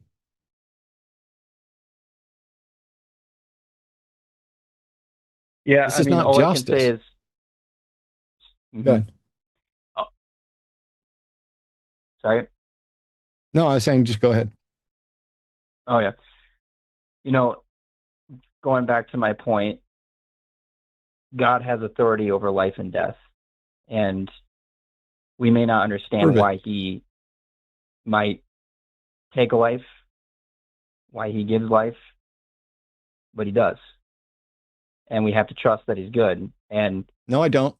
the way that we do that is, well, I mean, you can point to all the suffering and pain in the world, but the difference between Christianity and every other worldview is that, you know, God didn't, you know, he didn't turn his back on the suffering. He joined us in it by sending himself to Aaron, that's a lie. Aaron, that's a lie. How is that So a lie? first of That's the all, entire gospel. No. First of all, it's not the only difference between Christianity and every other worldview. But second of all, you have no evidence and no justification for believing there is a God, for believing that God Sure, I do. didn't I have abandon. I have No, I'm sorry. my personal I'm sorry. experience, and I also I'm have sorry. I'm sorry. You don't. And if Jesus was God in human form, who came down and Okay, gave you up can't a just say weekend, don't and then not I'm let me sorry. I'm talk. still talking. I I'm gotta still defend. talking. I'm still talking. Well, If Jesus came down, what was that? I was talking, then you interrupted me. I was about to explain Yes, why I believe yes. what I Welcome believe. to my show where I'm not going to let you lie. Well, So here's the I'm thing. not lying. I just want to point out. You I just want are. to point out from my point of view, Aaron. From my point of view, because I think there's a delay. I heard you talk over Matt before he was finished, but I don't know if that's what you heard. So just to clear things up, I don't know if you guys I'm meant not to talk trying over to each talk other. over anybody. Right? I think Yeah. it was an accident. Don't get mad at each other over this one. So just hold up, because even if Jesus came down and gave up a weekend, he was God before, God during, God after. There was no sacrifice, and that was a substitutionary atonement. So God makes the rules. God could just forgive everybody. God could have rules that aren't in fact unjust. God could decide not to punish people for the mistakes of their parents. God could decide to forgive people without a blood sacrifice for a weekend. The fact that your story is unique or distinct does not in any way demonstrate that it's true. And you, like every other believer and apologist on the planet, you do not have sufficient evidence to conclude that Jesus died and resurrected, and that if it happened, it's because he was divine or God. And you're just sitting here saying, hey, essentially, you want to pretend that there's free will when there's not. You want to pretend that there's morality when there's not, because God can do anything: slaughter people, slaughter babies, have people assaulted, kill them, because somebody's convinced you that God, by virtue of being the creator, has no moral culpability for what he does to his creation. Like we're just Sims that he can bat around and fuck with. Where's the evidence that Jesus was divine and that there's any salvation and that it needed to be blood? Yeah, I mean, so again, going back to my personal experience, there's that piece of it. I'm sure you don't care about that, but when it comes to the historical and archaeological record, from my research and my reading, I find it very compelling. I think that obviously Jesus was a real person. You know, he was crucified under Pontius Pilate. I think that's a pretty well established fact of history. You can't the best answer for all the circumstances surrounding Jesus, to me, is that he did direct based on the eyewitnesses, the apostles. What eyewitnesses? There's none. The Gospels. The Gospels aren't eyewitnesses. You have John and you have Matthew, his disciples. That's not who wrote those. But even if those were written by those people, which they're not, how does that prove that what they claim is true? They definitely were written by those guys. No, they weren't. Go ahead, Justin. Well, who are they written by then? You don't know. All That's anonymous. the problem. and the earliest manuscripts typically don't have names on them. Like P1 is the earliest for Matthew. There's no name on that one, and it's fairly complete. There's no good reason to believe that. That was pretty common back then. They didn't those types of documents. They didn't put their names on. That's wrong. And that's completely incorrect. Well, maybe you know more than I do, but from my reading, I've seen that those types of documents at that time period, they didn't typically put their name on. A lot of them were anonymous. No, they did. There's a lot of that's how we knew who wrote it, and they named their sources typically too. If you read the Latin writers, they often would name their sources the same way Eusebius would. You know, he named his sources. They were eyewitnesses. Why would they copy off of each other? Exactly. Specifically Matthew. Why would Matthew copy his own conversion story from Mark? Oh, you mean they're getting their story from... Okay, I see what you're saying. No, but, you know, like Irenaeus, I know he points to the fact that Matthew wrote Matthew and John wrote John, and no one didn't know either of them. Like, there's nobody at that time period that disputes who wrote those Gospels.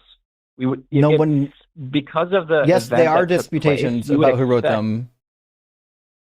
You would expect... Yes. During Eusebius' time, there was a lot of disputation about the authorship. Eusebius, well, that was, 300, 400 years after, right? Well, so, of course, you're going to have people dispute it later on, but I'm talking about the beginning. You would assume that there'd be people like, no, actually, no, Matthew did not. So you mentioned Irenaeus. You mentioned Irenaeus. When was Irenaeus born? Well, he was born, I believe it was 110 or something like that, 120, I believe. 130? Something like that. 130. So 100 years, pretty much, after the purported events of Jesus' ministry. Yeah. He's not an eyewitness to anything. Where's the evidence that he ever met an eyewitness or could confirm who wrote anything? Well, I know that his mentor was Polycarp. Polycarp was with John. He was John's student. That's pretty close. That's pretty close to the actual events there.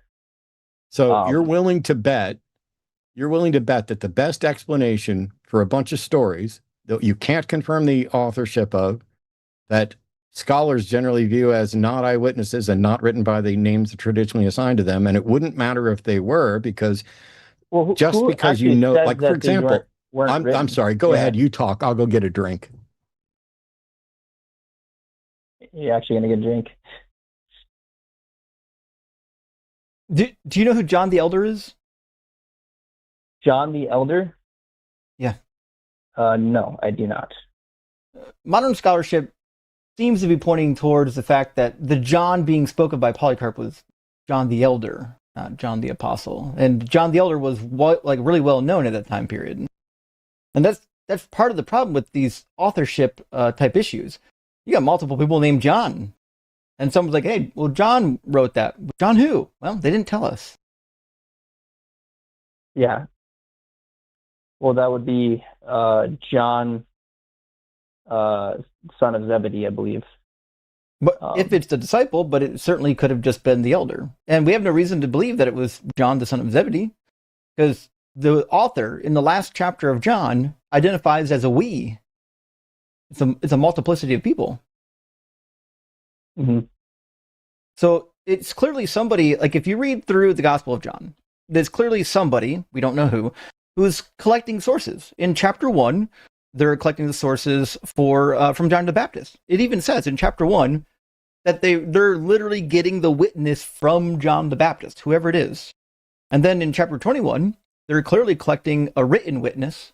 Well, they claim it's a written witness from John the disciple, right? So at the very end of the chapter, let's go to chapter 21 or 22. I thought it was 21. All right. See, chapter 21. Peter turned and saw the disciple whom Jesus loved following them. Yada, yada, yada. There we go. Verse 24. About the story about Peter, he says, "This is the disciple who is testifying to these things and has written them, and we know that his testimony is true."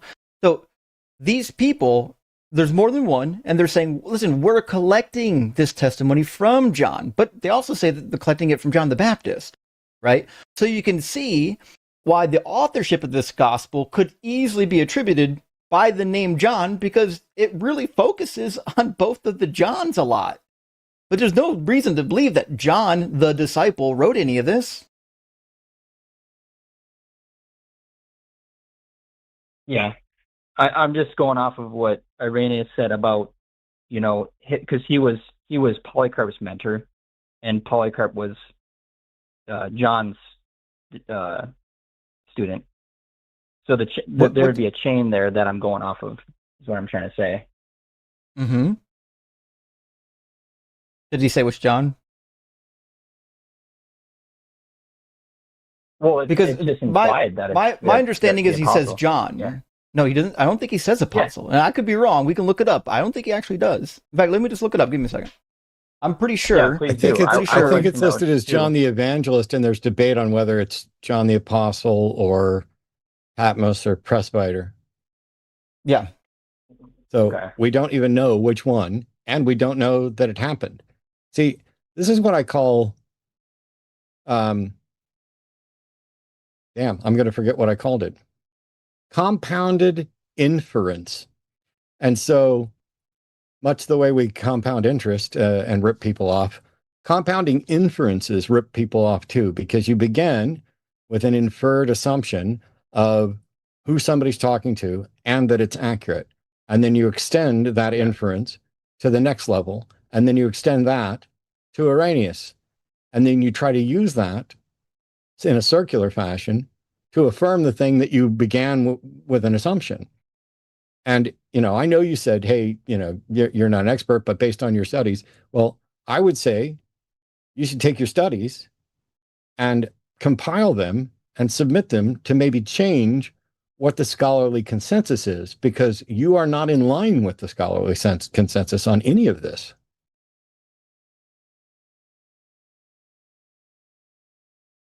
Okay. I mean, I'm just going off of what I've read. Well, Aaron, I'm not saying you're wrong. There's reason to believe that Irenaeus, if you're a Christian, would have been talking about John the disciple, right? Especially if you look at the descriptions of what the person is like. The problem is it's not very conclusive, and we've got one mention, right? Remember, this is the only evidence that we have. This is the only evidence we have for John's gospel. Unfortunately, when you actually read the gospel itself would portray itself as not being written by John, right? So the gospel itself is going to be the better witness than what some guys said, in the middle or maybe late 2nd century. The witness itself is what you need. And if John wrote this, right, we have to answer some questions, right? Because remember, John was a real disciple, right? Mark wasn't a disciple. That's the brother or the cousin of Barnabas. Colossians chapter 4 says so. Luke wasn't a disciple. He's just collecting testimonies. That leaves Matthew and John as the only actual disciples that could have wrote these books, and they disagree all over the fucking place. The synoptics and John don't agree on when Jesus died, when he was crucified, what day he was crucified on, how many days it was before the anointing. Did he cleanse the temple in the beginning of his ministry or the end of his ministry? Did he get his disciples directly after his baptism or after the wilderness? Do we know anything about his childhood? Gospel of John doesn't have any of that stuff and is disagreeing with Matthew all over the place. I would expect. Yeah, but why would we have stuff about Jesus' childhood when he didn't start his ministry till later? He was a nobody until he was 30, so there'd be no reason for having stories about it. Except because they knew Jesus personally. The one in Luke. They knew Jesus personally. They would have asked him about where he came from. But also there's the story of him being wiser about the scriptures when he was just a teenager. So you need that part of the story in the narrative. Here's a question. No, I acknowledge that, Luke talks about him at the temple and stuff when he's 12 and all that. I get that. I'm sure, there's going to be stories, but I don't think that was the focal point. That wasn't the point of it. Obviously they're going to. You don't think it was the point to show that he was spiritually wise beyond his years? Well, they're gonna focus on his ministry and then the crucifixion and the resurrection. That's the whole point. That's the gospel. I don't think they're going to focus as heavily on his childhood. It's not focused on heavily. It's a story to bolster him up as a miracle God-man, just like many others that were written up about. Meanwhile, Luke starts his gospel and Acts with a trust me bro con job. And John is the only place where Jesus claims to be God. Why did the synoptic gospels leave out that? This claim to be God? Well, Mark specifically says the Pharisees ask him. He says, "Are you the Christ?" He says, "I am." So I don't see how that's not claiming to be God. Plenty of instances in the synoptics where he says he's God.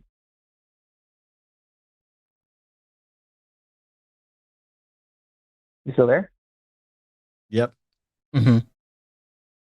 See, my understanding, and maybe I'm wrong, is that John is the only gospel where Jesus actively asserts that he is God, rather than responding in some cagey way. And if there's a straight statement like that, I'm teaching. I'm sorry. But go ahead, interrupt me again. It's worked well every other time. I'm sorry. It's maybe a little delayed to continue. I'm not trying to. Nope, I'm done. We have other callers, by the way. Oh. Okay. All right. Well, thank you. Yep. Call us another time, Aaron. Dig in, do some researching, get your research worked out. Maybe I'm wrong. I'll get with Justin, but we got callers and they've been on hold. And so at this point, we're just going in circles for now. So let's try it again another day. Yep. All right. Sounds good. Check out the we passages in John 1 and John 21. There's at least 3 different occurrences where the authors say we. Cool. Okay. Yeah, thanks, Aaron. We'll do it. Okay. There is a delay, and that's why he got cut off mid-sentence, but that was not it. Yeah. We got other callers, and they've been patient, and I don't want to be rude because I'm very grateful people called in. So Gil is calling from New York. Theist pronouns are he, him, says, just because the Bible uses the name of God doesn't mean God said a thing. Hey, Gil, how are you? You're on with Justin and Matt. Hey, what's up? How you guys doing? So pretty good. I just found. I'm sorry. Yeah, I just started watching you guys, and I noticed.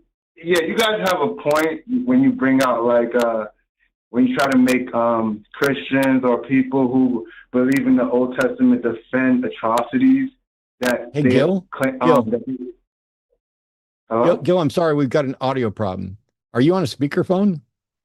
Yeah, I turned off speaker. Can you hear me clear now? Or don't be on speakerphone. It's overdriving the audio, and so it's clipping and echoing.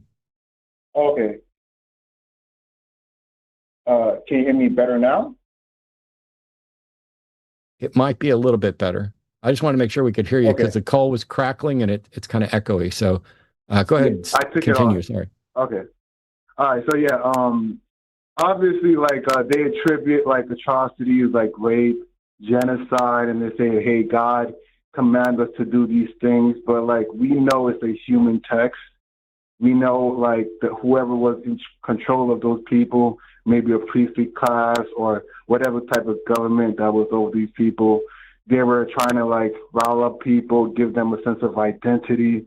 And we see that today where church pastors tell their flock, hey, you have to give tithes, or God says he wants me to have a jet. So, give, and keep on giving. And people do it as long as you put it to God, because humans, they have a innate need to worship a higher power or seek a higher power. So I just are very smart. Gil, your audio's breaking up.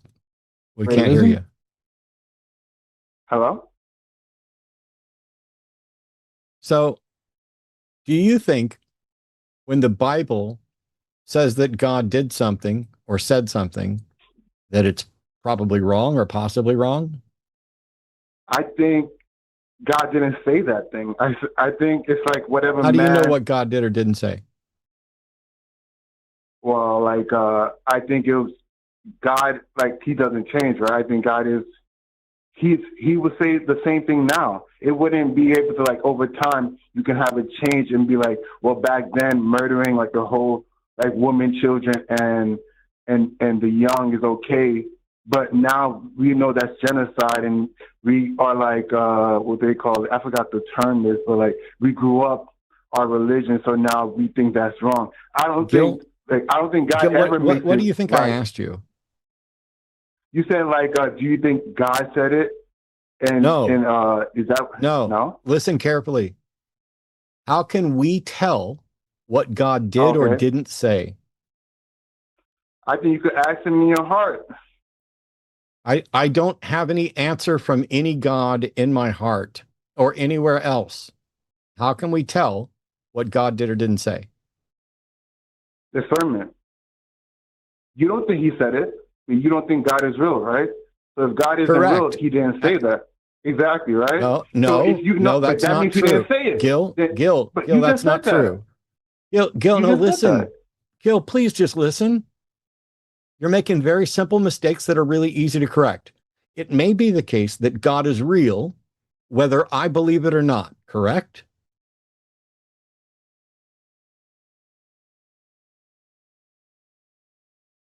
Gil? Yeah, I said, of course. We didn't hear you. You have terrible audio, and maybe that's part of the problem. So God might be real, whether I believe it or not. It may be the case that I don't believe God has said anything, and yet God did say something, right? Hello?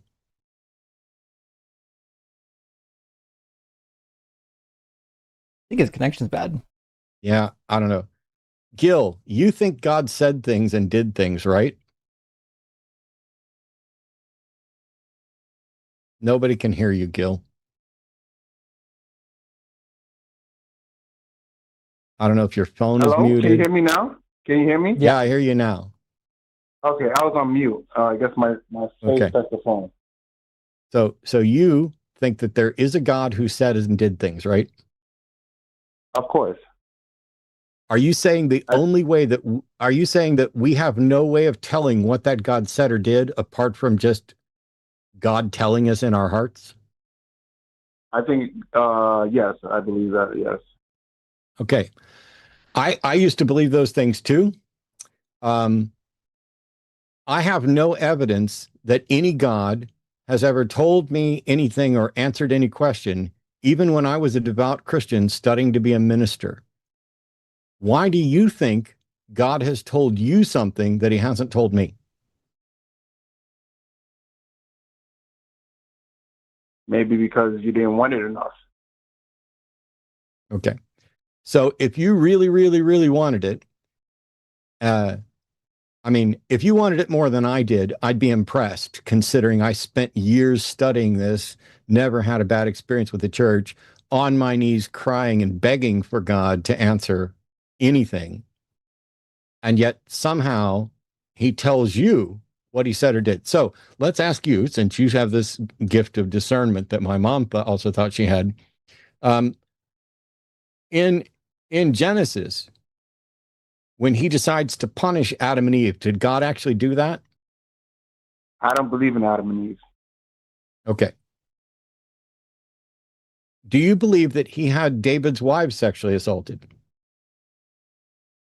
I think whoever wrote that chapter wrote it hundreds of years after David existed, and they probably just used it as an excuse for why that's not what I asked, happened to David.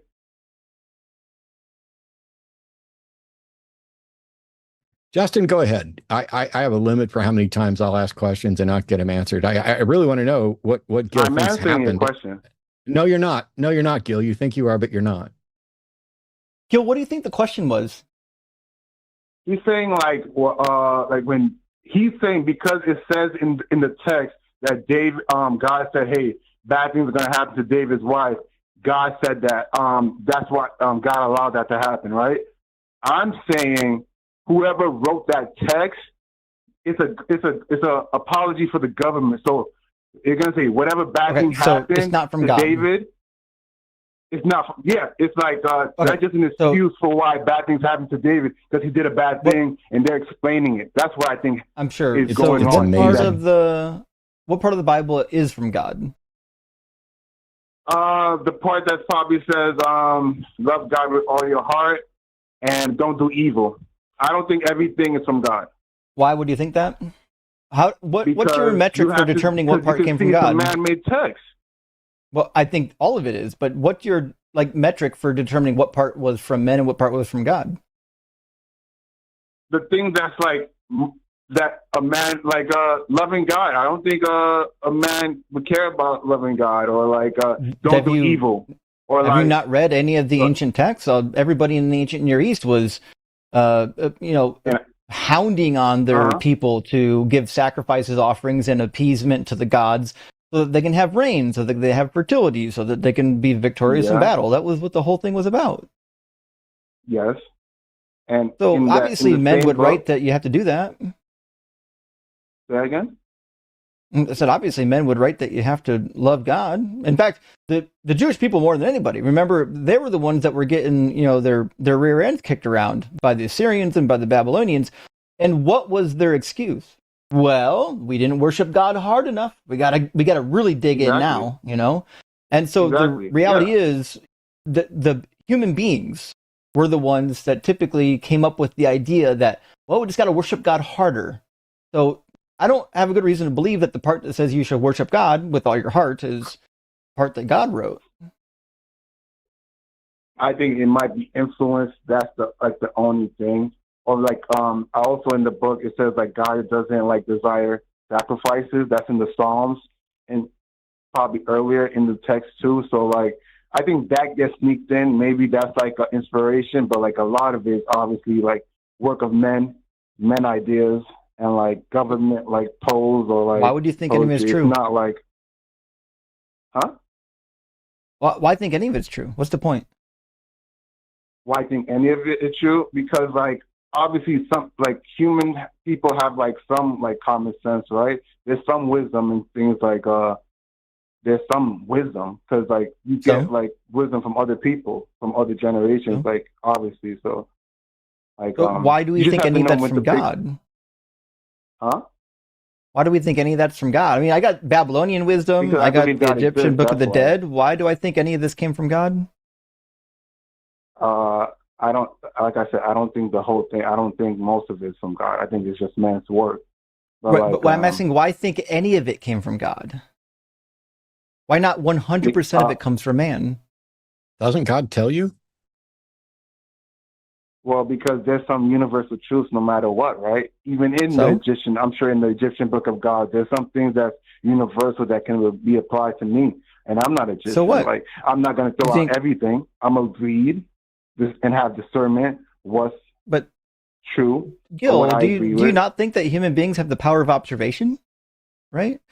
For example, when it talks about in Proverbs, I think chapter 16 or 26, I forget one of those two, it talks about the sluggard, right? And it talks about how, the people who waste away and they're a slave to their bellies and to their bed, how they don't prosper. Yeah, that's how that works. It's just an observation.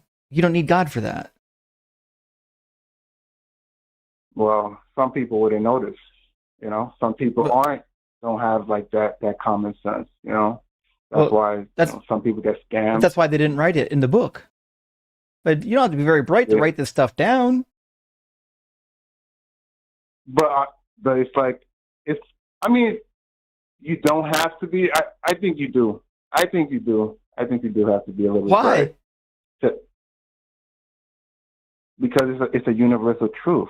And so what? It has to be shared. Well, it's not universally what's a true. Universal first of all, truth, and how do you know? Yeah, it's not universal. Like, first of all, it's just very common. But something being very common and mostly true doesn't mean that it came from God. Oh, that's your opinion. Okay. I mean, I'm sorry. Okay. Do you understand what logical fallacies are? Go ahead, explain it to me. Sure. Fallacies are when an argument is structured in such a way that true premises no longer lead to a true conclusion. And so if you have a flawed argument construction, you will get to a conclusion where you cannot know if it's true or false. And so if you assert that it is true, you are committing a logical fallacy, and now you're advocating for an irrational or unreasonable position, right? Okay, and what's so unreasonable about my position? Your position is fallacious because you asserted that there is a universal truth that necessarily comes from God.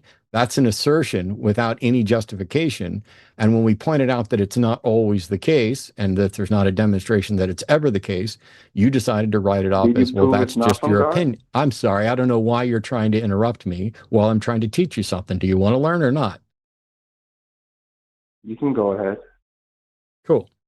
So, for example, I wanted to know if you could give me an example of a universal truth so that we could figure out if such thing existed as a universal truth and if it necessarily tied to God, because we're not just going to take your word for it, because you have cherry picked from the Bible based on your assumption. You think there is a good God, and so you tune out anything in the Bible that you don't like. You went to Psalms, I'm assuming 51, where it says that God doesn't delight in physical sacrifice, but you ignore the passage in Exodus 29 that talks about how the burnt offering aroma is pleasing to God, which means God does, in fact, by definition, delight in physical sacrifice. So there's two contradictory positions there, or potentially contradictory positions for us to resolve. And you've picked one over the other because one of them is consistent with the good God you believe in, and the other one isn't. And what we need is a way to figure out if you're right and how you or anyone else can know you're right. And you offered up, there are universal truths that must be from God. I want to know what one of them is. To address the point that you mentioned before that, and I'll answer your question, you said, I meant, obviously Psalm 51, and then you just opposed it against like Exodus. In Deuteronomy, that same theme in Psalm 51, where he said God doesn't delight in burnt offerings, it's mentioned, I believe, in the 30th, one of the 30th chapters, where it was like, God doesn't really care about that. It's like about your heart. So it's kind of consistent. If you like, you can see, like I said before, you can see it in earlier chapters, in earlier books of the Bible as well, not just in the Psalms and later editions. But like, so first of all, Exodus is before Deuteronomy. And what you've done is you've taken, I'm sorry, what you've done is you've taken a contradiction between a passage in Psalm and Exodus, and you've added a third option. So now there are three individual claims, one that God does like physical sacrifice, one that God doesn't, and another one that you raised, which is irrelevant to whether or not he likes physical sacrifice, that says he prefers obedience to sacrifice. So you knew just enough to try and weasel out of the contradiction, but you failed because your passage in Deuteronomy does not address the contradiction. And I'm still waiting for an example of a what was it, universal truth? Universal truth. I can't say that off the top of my head. So how do you know there are I any? can't tell you. Well, we all need to eat. That's a universal truth to survive. That's a universal truth. You need oxygen. That's a universal truth. Like, this has got to be a fucking troll. It's a troll. Hey, it's a universal truth. Not trolling. How am I trolling? Gil. Nah. Under that criteria, what you're talking about are trivialities. Under the same criteria, it is a universal truth that my name is Matthew Wade Dillahunty. That's not a universal truth. That's a particular truth. That humans need oxygen is a particular truth. It is a truth about the state currently of humans. That may change or may not change, but that is not a universal truth because it is not something that's true everywhere about the universe. I mean, humans are only here. Sorry, what? Go ahead. If I got 3 hairs on my nutsack, is it a universal truth that I have 3 hairs on my nutsack?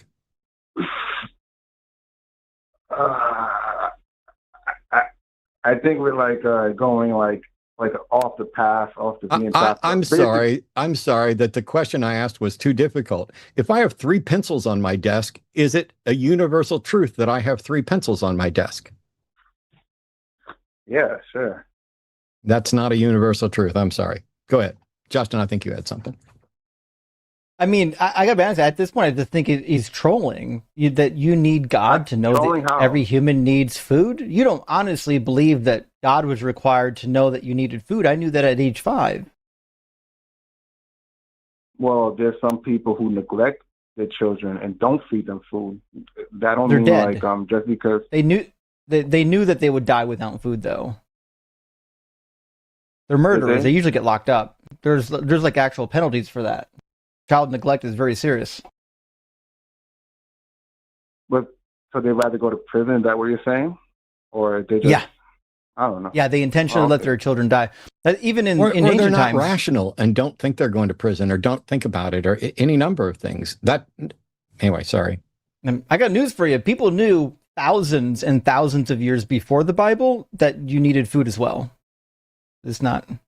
But okay, I see you guys are like harping on these universal truth. My point was more like obviously the Bible is a man-made book, and like you guys always seem to attribute all the bad things that they're saying on like God instead of just doing it on the people. Gil. The people who's in charge. Gil, I won't bring up the Bible at all if you don't want to discuss the Bible. All I wanted to know was, how do you know what God has done or said? And how can we know what God has done or said? And you have failed to present any sound epistemological standard by which either of us can know that there is a God or that God has ever said or done anything. And the fact that you won't let me finish a sentence without trying to interrupt means you don't care to learn. I don't have to mention the Bible. We mention the Bible for the people who believe the Bible. You don't believe the Bible. So where does your concept of God come from? Because it's obvious that God is real. It's obvious. It's obvious. So the rest of us are just stupid that we're missing something obvious? You believe. Don't even act like that. You used to believe. You used to believe in God. I used to believe, and then I realized I used to believe. Oh. I used to believe, and then I realized that it was irrational to hold that belief. You're saying it's obvious that God exists and that somehow we are missing this. So if it's so obvious, present the evidence for it. You won't believe my evidence because, like, when people bring it before, you're a coward. Answered prayers, you're a coward. You say that's not. You're a coward. You're a coward, what? Gil, and I'm you know you're delusional. No, I'm going to mute you, and you're going to listen. It's time for Daddy to step in now. The whole purpose of this program is for people to call in and defend their beliefs. If you don't have evidence that we will accept, then the question becomes, why do you accept it? Which we've done over and over for ages.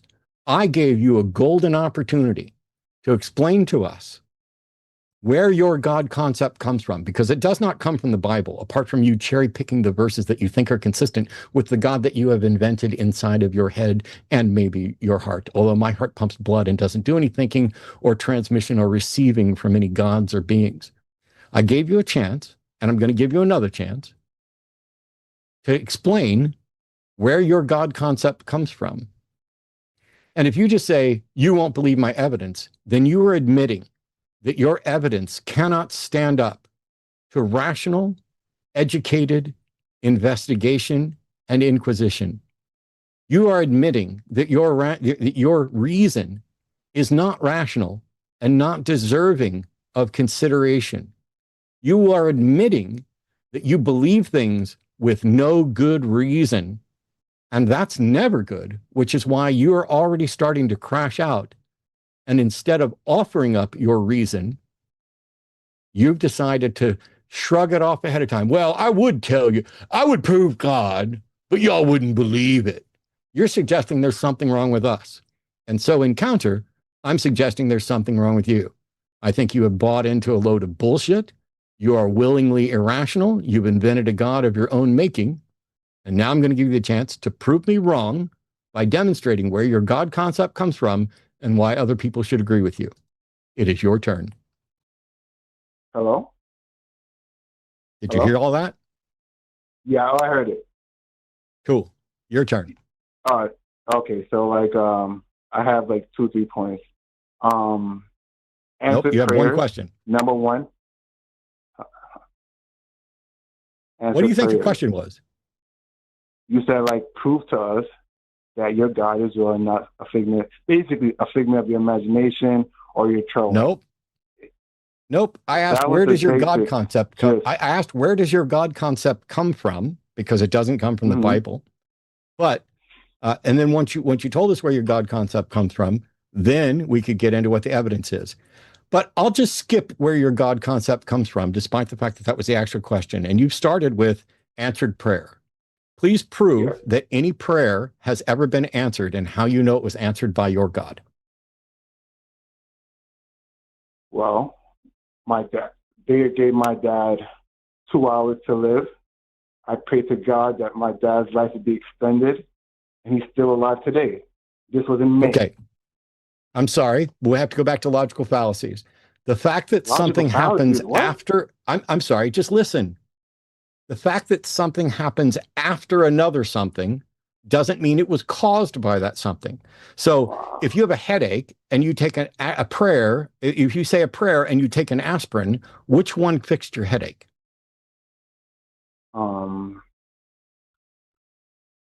That's not the same thing at all. I'm sorry. I'm afraid that if you're not going to honestly engage and answer questions, you're not only not going to learn, but you're going to keep looking foolish. The answer is that if you say a prayer and take an aspirin and your headache gets better, you do not currently have a reason to attribute either the prayer or the aspirin as a causal factor in relinquishing your headache, because your headache might have also gone away independent of that for some other reason. So if you prayed for your dad to get, I'm sorry, I don't know why you're talking over me. Do you give a fuck about not looking silly?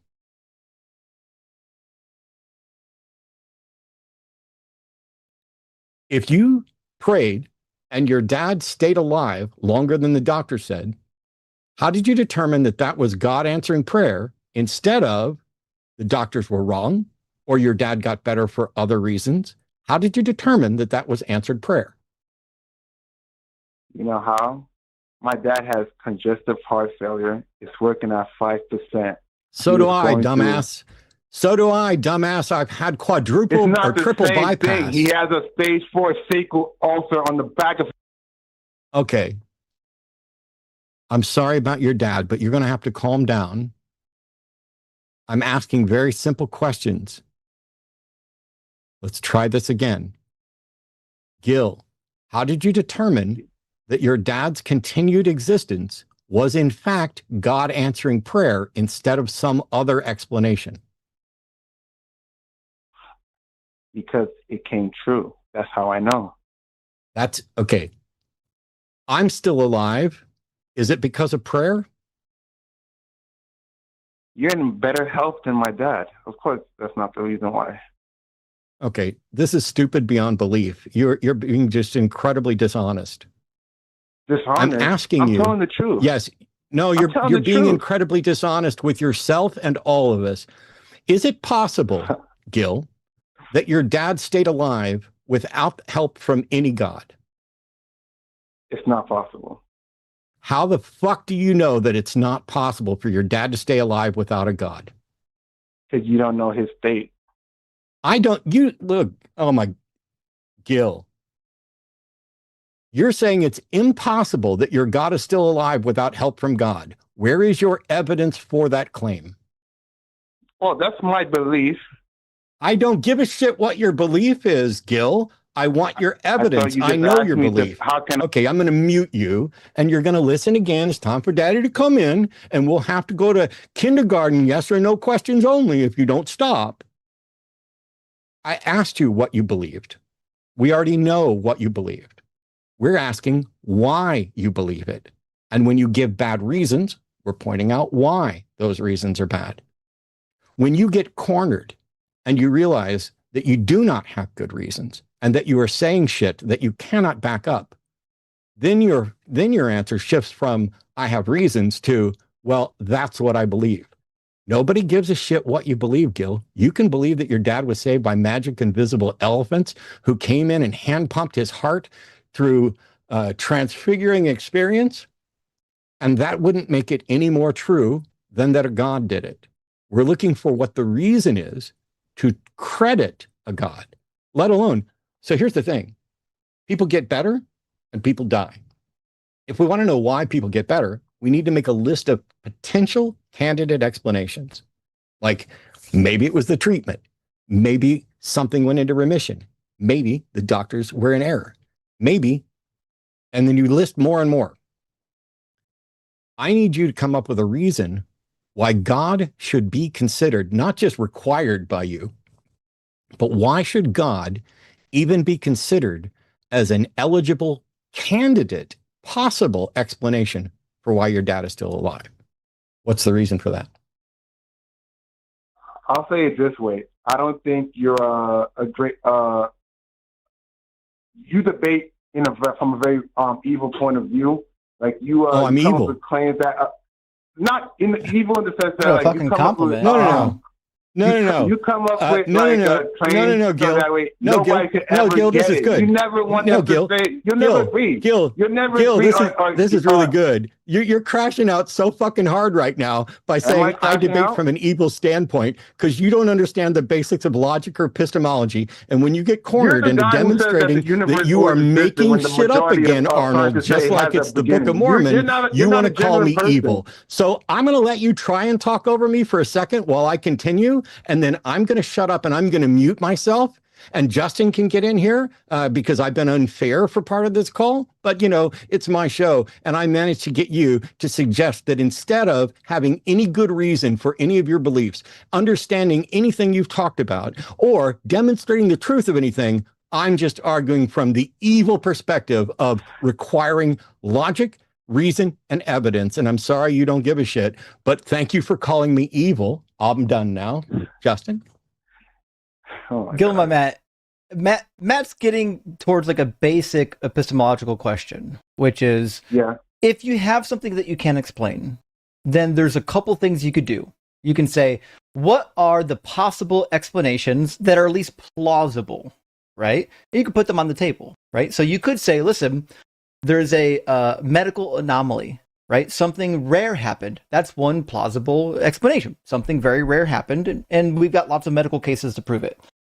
You could say, well, there was some sort of divine intervention. However, that's where the fallacy comes in any type of an argument, because before you can say that it was responsible, the thing that did it was supernatural, you would first have to prove the supernatural before it becomes an option to pick. You see what I'm saying? Like, if I said, well, obviously the reason why my father survived his, triple stint, bypass was because of the life-granting unicorn. Well, that's nonsense. I would have to demonstrate that the life-granting unicorn exists before it's a plausible explanation. Just like if you lost your tooth and put it under your pillow and it shows up gone the next day, you need to demonstrate that the tooth fairy is real before the tooth fairy becomes a plausible explanation for your missing tooth. What's more likely, the tooth fairy existing or a human being taking the tooth? We've got lots of priors for medical anomalies going away on their own. We don't have any priors for gods. Okay. Hey, Justin, can I ask you a question? Do you think it's plausible for me to give all the medical data that you would need to prove that, like, a miracle happened with my dad's? Like, do you think it's plausible that I can give it to you over the phone? Or, like, give you the written testimony of, like, all the doctors and nurses who literally set the family around, said he doesn't have time to live. And this is multiple doctors. This is 2 years in a row. He has episodes where they're saying, in this day, not even like we giving him 3 weeks to live, this day he's going to die. Do you think there's no way I can possibly give you all that information right now? He wants me to, that's why I say he comes from like maybe the word that I use was wrong. Evil is wrong. It's like, it's almost impossible to I can Gil? Like, he can come to New York. Hey, buddy, Gil. To the doctors and nurses. Yeah. How old is your father? My dad is 69. Okay. And how long do you think he will live? Say that again? How long do you think he will live? If I have to go based on doctors, he can go any day. Okay. So here's my situation. I was in a similar situation. My father passed young. He was 66. I had to watch the same process. He had all kinds of heart problems, and then eventually cancer got him, and we didn't know how long he was going to live. Here's the deal, right? No, God didn't step in to save my father. And now it might be interesting that your father is, beating the odds. It happens every day. The real question at hand is, one, how is God stepping in to give him 5 more years of life? But why would God do that when there are 3 million children that are going to starve to death this year? Just starving to death. There are millions more of children that are going to die from diseases that are completely preventable, or that God didn't have to let be in here anyways, right? Why think that God is so concerned about preserving your father for a couple of years when he's already lived quite a bit of his life? But these poor children, their mothers, dying, watching their children starve to death, pleading in tears for just fucking a morsel of food, and God's like, I ain't got time for that shit.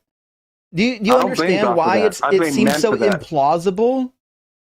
No, I blame men for that. That's men's fault. Why? That's men doing sanctions on different countries. No, it's not actually. People to starve. Nope. That's not. God rained down manna in the desert.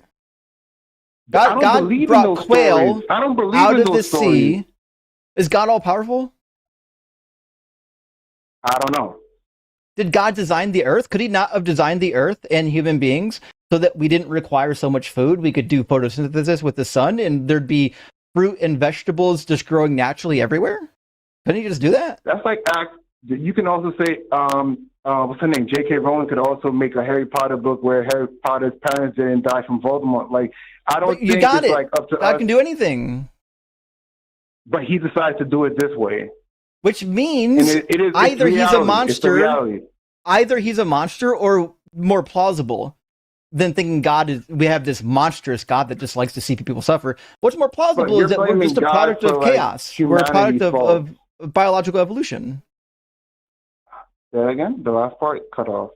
What's more plausible, right? That there's a God who loves to see babies suffer, right? From bone cancer, from starvation, from fucking Lesch-Nyhan syndrome. What's more likely, that God exists, or that there is no God, that we literally have just manifested from within the universe, which is actually mathematically probable, and we're a product of chaos, which is why all the suffering is here. Suffering's here not because there's a God that loves it. The suffering's here because there is no God. A real God who actually loved the creation would want it to stop, the same way a real parent would want their children to not suffer, the same way you don't want your dad to suffer. But it can be stopped. People just don't want it to stop. No, God could have stopped it to begin with. Like, for example, if I had 100 children, obviously I don't. If I had 100 children and I said, listen, I'm going to leave for a long fucking time. You're not going to be getting a hold of me. But I'm going to put my oldest children, my oldest child, Bobby's in charge of the house. Listen to whatever Bobby says. Now, fucking, I already know, because I'm God. I already know that when I leave, Bobby's going to manhandle these kids. He's going to not feed some of them. He's going to kick some of them out of the house. Some of the babies he might just off because he doesn't want to take care of them. I know Bobby's going to do that because I'm God. I already have the knowledge. If I do that, am I the asshole knowing that that's what's going to happen, or is Bobby the asshole for what Bobby did? Well, like, I don't know, like, even in the Bible, does it say that God is all-knowing? I don't know where you're getting this theme. Kind of. That God has to be all-knowing. It does in 1 John. 1 John says that God already knows what's in your heart because he knows all things. The problem is that's a contradiction, because in the Hebrew Bible, God doesn't know all things. Genesis 22, exactly. He doesn't know all things. He doesn't know if Abraham's going to follow through. Genesis 18, he says he has to come down to see what was happening in Sodom and Gomorrah. Then he says, then I'll know, right? So he doesn't always know everything in the Hebrew Bible, but in the New Testament, they paint him to know all things. Another reason why this book is incomprehensible. Yeah, I agree. It's obviously the work of men, but like right. So why I'm hold not on to God? My knowledge of God off the Bible. Like, to me, it's just like I just have an innate belief that He exists and He answers some prayers. I don't say all prayers. I don't think He answers all prayers, but I think He answers some prayers if you seek Him enough and care enough. But why? He will. If you had a button right now, and I don't want to ask you too many questions because we've had you up for a while, and I think we've got a couple people waiting to get in, but if you had a button right now, you could press, and no babies would ever get cancer again. They're not going to be born with leukemia. They're not going to be born with bone cancer. St. Jude just goes away tomorrow. Would you press that button? Can I ask you a question with another question? I need a yes or no, buddy.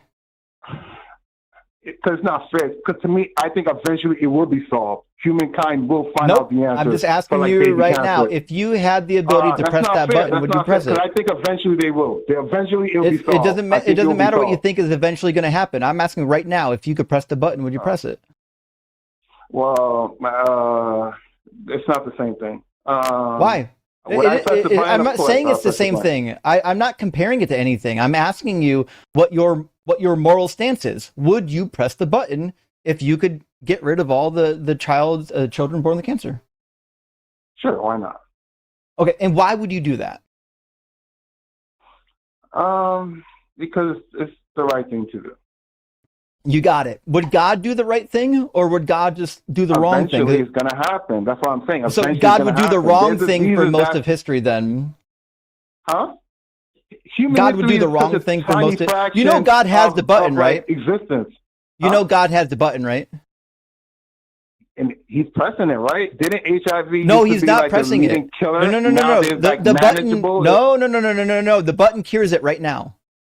If you had the button, are you going to press it right now, or are you going to wait 5,000 years? What are you going to do?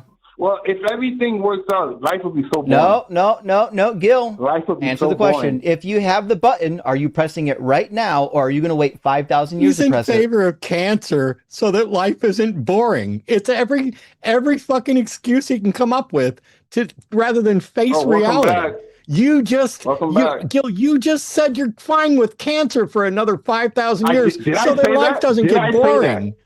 Dude, you absolutely did. You just don't understand the logical consequences of the words you're spewing out because you don't think. That's not what I said. Life would be boring if everything. I said life would be boring if everything was perfect.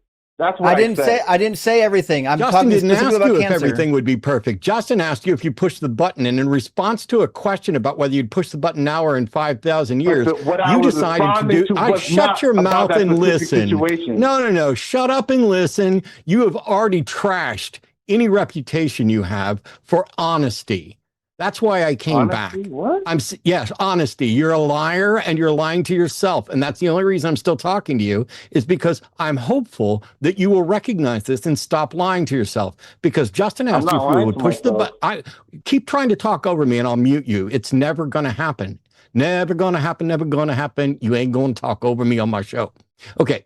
So Justin asked you if you would push the button to end cancer now, or if you would wait 5,000 years. And instead of answering that question, your brain tried to salvage you from having to face the hard consequence of that question and encouraged you instead to spew forth, vomit forth an utterance about how if everything worked out, life would be boring. That's what your brain did to keep you from recognizing that you now have to make a decision. Will you stop cancer now? Or wait 5,000 years. And if you would stop it now, you have to then recognize that you are more moral than the God you worship. And that is the roadblock in your head that is preventing you from being honest with yourself. I noticed you ignored when I said that eventually cancer will be solved. Like, so there will be no children. That's why I asked you. I'm going to mute you. And I'm sorry, Justin. I'm genuinely sorry. I just identified the shitty thing that's been done to your head to make you willingly irrational and standing up for immorality, standing up for a corrupt and weak-ass God, standing up for a God that is not good, that doesn't exist, that you don't have any reason for it. And you decided to say that you noticed, I skipped how you said you think someday cancer will go away. I skipped it because we'd already addressed that. That Justin already pointed out, we don't care if you think cancer will eventually go away. And whether it eventually goes away was already addressed in the question, cowardly lion, of whether you, with a button, would make it go away now or in 5,000 years. And the fact that you think God's eventually going to push the button was the entire point of asking you that question. Because if God has the button now, God could push it now or in 5,000 years. Or 5,000 years ago, or 5,000 years before that, or 5,000 years before that, or 5,000 years before that, or 5,000 years before that. But you are such a simp for a God concept that you have nothing in support of, you're going to pretend that it's excusable because you're convinced eventually he'll push the button. If there was a guy who was beating your mother,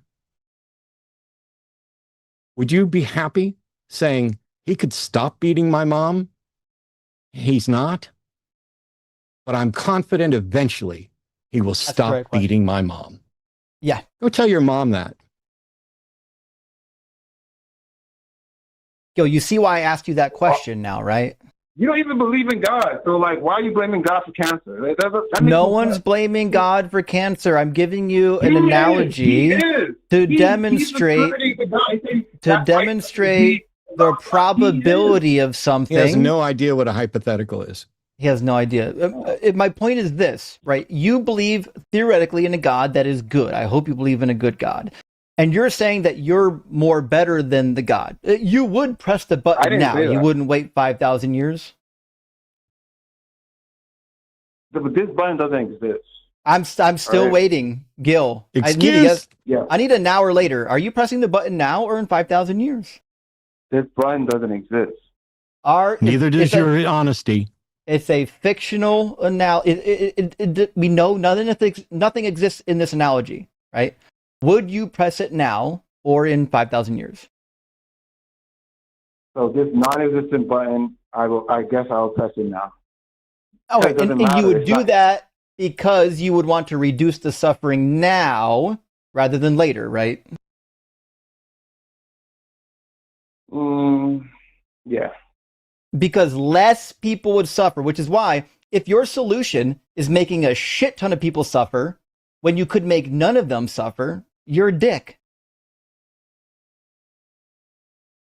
I don't look at it that way either way anyway. I think like it's because your brain's broken, buddy.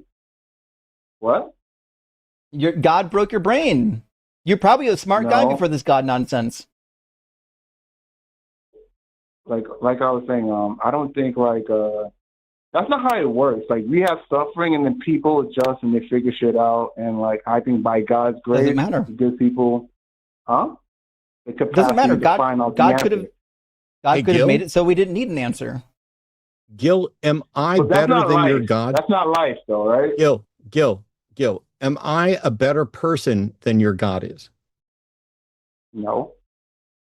Am I more moral than your God? Morality is subjective. Okay. Bye.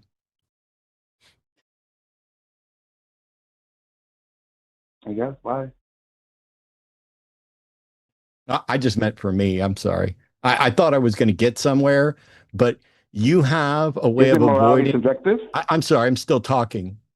You have a way of avoiding any consequences, any hypotheticals, any abstractions, anything that might help your brain process what you're actually saying and advocating for. You are fine making excuses for a God that doesn't exist so that you can keep thinking you've got a magical friend that's looking out for you. And when he doesn't look out for you, you just lie to yourself and say, eventually he will. If God treated your mother the way he's evidently treating the world, according to you, I think you'd be pissed. I would. Gil, do you mind if I ask you a final question? Go ahead. We talked a little bit about David. Were you listening to the conversation about David and his 10 concubines getting sexually assaulted? Yeah, I believe I heard it. Yeah. Sure. Do you think that story actually happened? I think you said it didn't happen, right? I said if it did happen, it's whoever wrote that chapter or those books, they're giving an excuse for why, like, because David did something bad, so something bad happened to David, right. And they're just writing a government, like, it's like propaganda or whatever. It's like, it's not real. Okay. I don't think none of that's real. All right. Fair enough. Okay. This is where things are going to get weird, right? Because you told me that you think that this was just written by men because it doesn't sound like God would do that kind of thing, right? But now you're telling me God would just make babies suffer for no reason for thousands of years. Did I say that? So it sounds to me like God would actually rape these women. What? Why would if your God is willing to cure cancer, but not cure cancer, right? He has the button. He could cure cancer. He could have made it never a thing, but he decided to do the baby cancer anyways. It sounds like the God you believe in is enough of a dick to have these women raped. I don't see whatever your measuring stick, whatever your measuring stick for how you judge God in the Bible, you're not using that stick unilaterally. You're not using it everywhere. You're using it when you want to use it. Because, like, I don't think God came down on earth and raped these women, and I don't think God Why? told somebody that. Okay, why don't you think that? Why don't you think he did that? Because, like, why isn't he doing it now? How do you know he's not? Down on earth and raping women now? How do you know he's not? Oh my! You think that's happening? Are women still being raped by men? Was Absalom a man? Yeah. So how do you know that the women being raped right now aren't being raped because God's putting them up to it? That doesn't even make sense. So I guess all the in evil the story, in the world is because he God causes. is making people evil. No, I didn't say all the evil. I said the rape.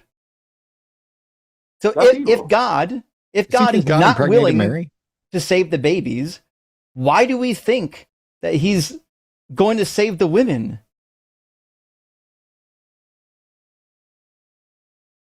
I don't think that even happened, but like that story is just like it's bullshit. You don't think it happened because you don't want to believe in a God that would harm women, but you believe in a God that would harm fucking babies. The God you believe in is the God raping women. It's the same God. You just can't say it publicly because it makes you feel bad. It makes you feel bad that you believe in a God in this book that sexually assaulted women. So you're like, I need to push that text aside. I need to distance myself from that text. But I will believe in a God that will make children suffer and die in front of their fucking parents for no reason. It's the same God. You didn't distance yourself from anything. No, it's not. It's the same guy. No, it's not. Yep. No, it's the end of the fucking Scooby-Doo movie, and the mask comes off, and it's fucking Yahweh the whole time. Bro, I don't think God's name is a Jew's name. I don't think God is a Jew. Like I'm not that person. I'm not you kind of said Jew like it was a curse word. And on that, sorry, I dropped you when you started talking about Jews. No, I dropped them. I don't tolerate anti-Semitic marks. I got too many good Jewish friends to start throwing that word around. Yeah, we're not going to get anti-Semitic here. Yeah. I'll blast Israel as a genocide running garbage administration. Any day of the week. Jews. Right. Yeah. Fuck that. But you're not going to sit here and shit talk Jews, especially with like embarrassingly garbage theology. I want to know if he thought Jesus actually knocked up Mary, because he's very cherry picky, and we could have had it. I don't think it would have been a productive conversation about consent. And I think there's enough that he did not realize, like, as soon as you worked out here's the button, that button doesn't exist. It was like, it's educational.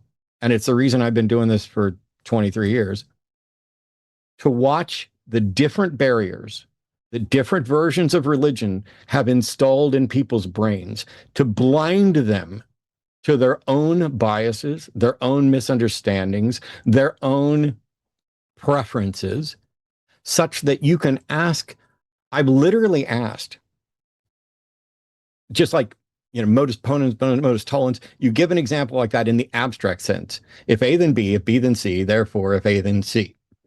And they'll say yes. And then when you sub in content for those, which means now you have a valid syllogistic structure, and all you've done is sub in the A, B, C, and D, they will then deny it and then try to pretend that this doesn't make them unreasonable or irrational. But we got somebody on who wants to challenge atheism, weirdly. So, hey, let's try it.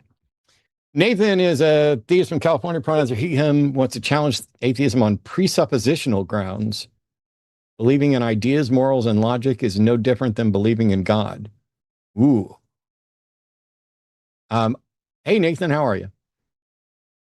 Hey, Matt, how's it going? I'm pretty good. Ooh, your volume's a little quiet. I don't know.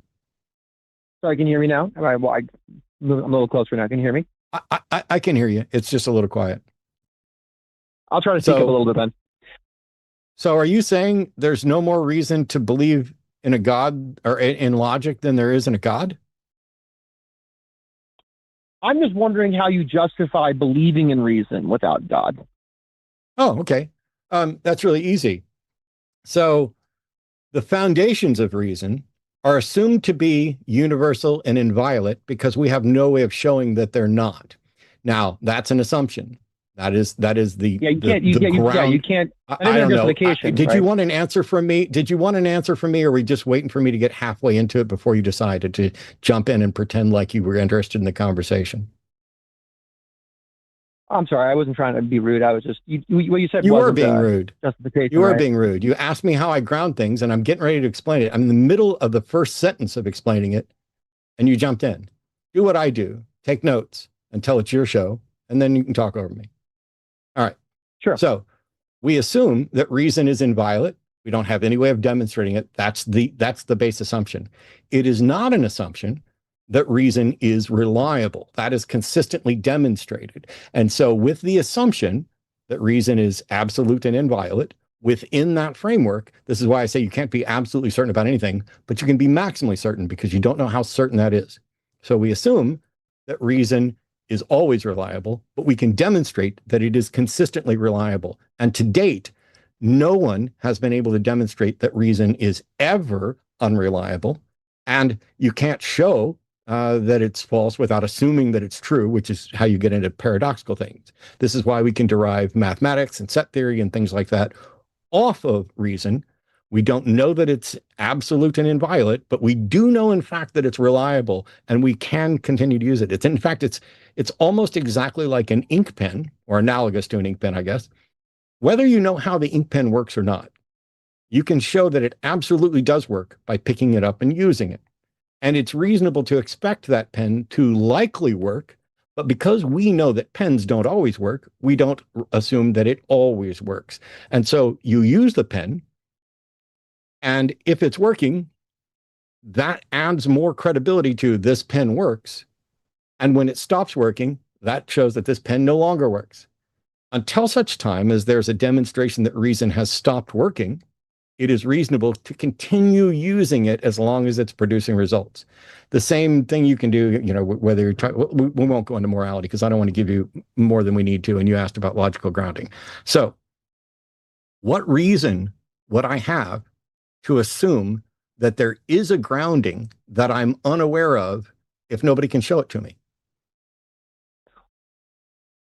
Can I respond now? Wow. Sorry, I wasn't sure if you were finished. I'm going to mute, and I'm going to let you respond, because not only could you not tell when I was still in the middle of my first sentence, but you couldn't tell when I asked an obvious question and paused for an answer. So we're not going to be good in conversation, and I want to give you a chance to respond, so I'm going to mute. Okay, so I can. Okay, can you hear me? I just can't. Yeah.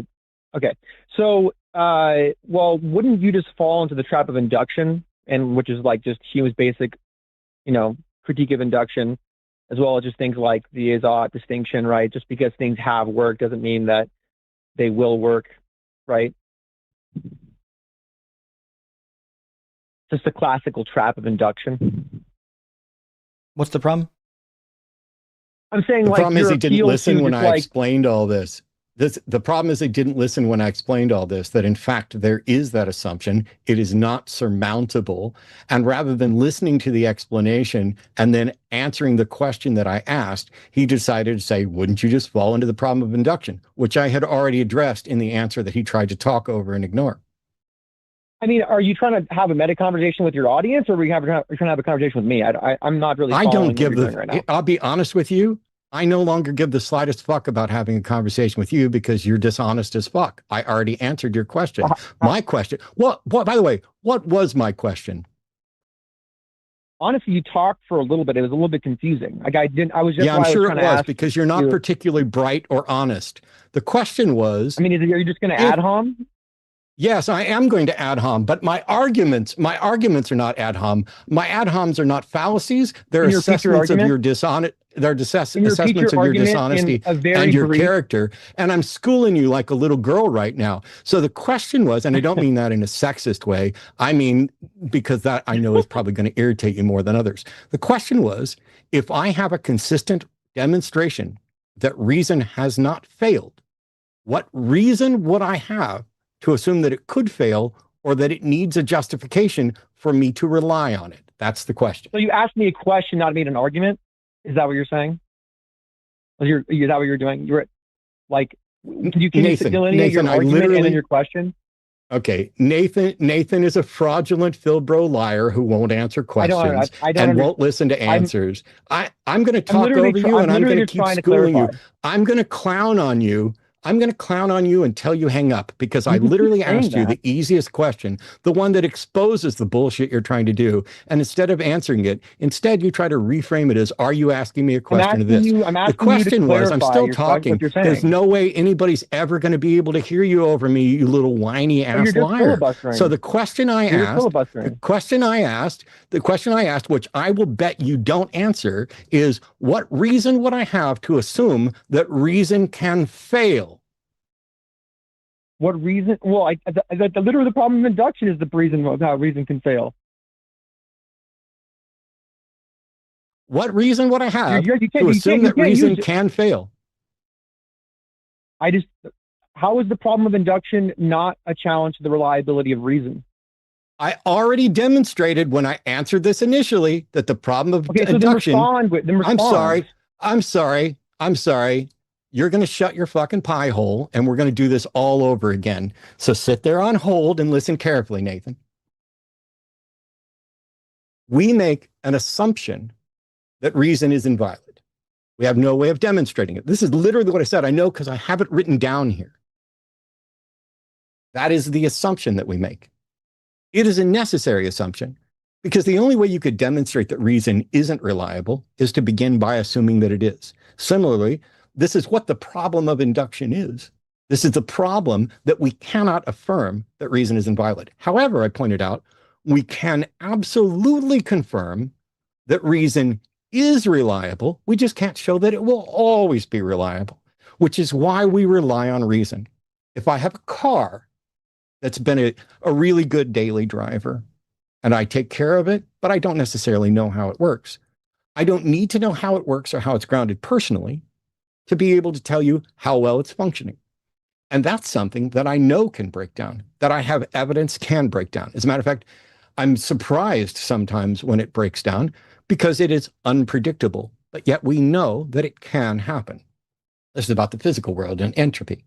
When it comes to reason, I have no reason, no justification at all to presume that it is even possible for something that has never been demonstrated to fail. This is summed up in a number of different philosophical axioms and kind of levers. Occam's razor. We're not going to multiply entities unnecessarily. And so if reason constantly demonstrates that it's reliable, which basically what we're talking about, you can do all of reason in a simple Venn diagram with a single circle. Everything that is in the circle is in the circle. Everything that is not in the circle is not in the circle. And absolutely everything is either in the circle or not in the circle. And nothing is both in the circle and not in the circle. It's identity, non-contradiction, and excluded middle. I have no way of demonstrating, and neither does anybody else, by the way, that this is absolute and inviolate. This is why it's an assumption. I'm repeating myself 2 or 3 times because you were confused the first time, confused enough to not only try and interrupt, but then ask me, how do you not fall into the problem of induction? I pointed out, it's not a matter of escaping it. It is until such time as somebody shows that reason can fail, I have no reason, no justification, no warrant to assume that it can or that it has. Similarly, when you Philbros come in and try to talk over me, which will never work, pretending that you know and understand things and then acting confused when I use some basic descriptions, and you're like, Oh, how do you ground it? Well, you need to demonstrate that A, or one, I guess, since I'm holding up a finger and not a letter, I don't want to confuse you. That one, it requires a grounding. Two, it is possible to provide a grounding. And three, that absent knowing a grounding, use of it is unwarranted. So one, a grounding is possible. I'm writing these down. Two, you can demonstrate a grounding and not just claim it. We'll just go with that. So I'm going to bring Nathan back in now that I've explained these simple concepts that he pretends to understand a couple of times. And so Nathan, when you come back in, demonstrate that logic requires a grounding and that you can provide a demonstration of that grounding. So your question is, so maybe repeat your question. Your question is, you're asking me, how can I demonstrate a grounding for logic? Is that the second question you asked? Wow, all that, and you couldn't even get it right. I even said it multiple times. I'm just trying to. You just talk you talk for Nathan. You talk forever, and I'm asking you a clarifying question. Okay, I'm going to mute you again, Nathan. You get to sit there quiet. Welcome to school. School's in session. Daddy's going to play you a little game because I love batting you little filbos around. Here we go. For the fourth time, I even typed it in. I'm just going to, just because you're so simple-minded, I want to make sure that I only ask you one question at a time. I've already done this a couple times. We all already know that you are dishonest and that you are not actually interested in actually demonstrating a case. The question that's literally above my head, if you look at the screen, is what reason would I have to think or to assume that reason can fail? However, the first question is, can you demonstrate that reason requires a grounding? Yes or no? Yes or no? I'm not kidding when I say this. Yes I'm not or no? kidding when I say this. Yes or no? Can I finish talking? Yes or no? Your question. Okay, I'm going to mute you again. Hey, everybody, let's put up a poll and see if Nathan's ever going to get to say anything if he continues to refuse to answer the simple questions. Nathan, you've been put in kindergarten where you only get to answer with yes or no questions. And until you do, I'm not going to let you get back to your script. Okay? So buckle up. The first question, which requires, I kid you not, requires, because of how you behaved, a yes or no answer. I'm going to ask this. I'm going to unmute you. If I hear anything other than a yes or no answer, you will not get to speak and we will end the show. And you will go out as yet another dishonest interlocutor who only wanted to try to spew out some nonsense rather than actually engaging in conversation. So here's the question. Can you demonstrate that reason requires a ground? Matter of fact, I hope you can see the screen. We're going to make it easy. I'm put right up on a chalkboard for you, right above my head. Can you demonstrate that reason requires a grounding? That's a yes or no question. We will only be accepting yes or no answers. Here we go. Let's unmute Nathan and see. Have we got to pull up on whether he's going to crash out? Here we go. If grounding, so yes or no only? I'm just thinking real quick. Bye. Hey, Justin, how you doing? Fantastic. I have no idea why they think Hume's problem induction is an issue. It is the complaint that you need 100% certainty to be able to use reason. There are problems in philosophy that we don't currently have answers to, and the Phil Bros believe they do, and they believe those answers are God. I had more jotted down in case we went beyond the logic and the pen, but since I couldn't get a yes or no answer, atheism is the state of not being convinced that a God exists. So there are philosophical unsolved problems, like the problem of induction, and paradoxes that have no apparent solution. That's something Andrew Wilson should learn, that a trilemma can't be true. So maybe you shouldn't run around asking when you're presented with a trilemma and you're like, yeah, but is that true? Maybe stop focusing on whether or not somebody's eating pussy and learn a little bit of logic. And then That maybe you could word argue is way out not of a wet in his paper bag. vocabulary. It's so strange. But so we don't solve gaps in our knowledge by appealing to a God, and we don't solve gaps in our abstract assumptions where we seem to be prevented from further inquiry by appealing to a God. So if you want to say that logic requires a grounding, you need to describe what a grounding is and why reason, logic, requires a grounding. Until then, it's not justified to believe that it requires a grounding. The next step then is, can you demonstrate a grounding and that it is whatever God you're advocating for? Because as far as I can tell, this Philbro stuff is a mix of somebody took a philosophy 101 class, somebody ran across some problems, somebody started listening to guys like Inspiring Philosophy and others who are more knowledgeable on this than they are, but not any more honest, and not able to present any more evidence or argument for their positions. And so I'm sitting here saying, you and I disagree on whether there's a God, not me and Justin, but me and whoever, me and Phil Bro, if we assume they're honest about God. So me and Phil Bro, we disagree on whether or not there's a God. And the Phil Bro is convinced that God serves as a grounding for logic.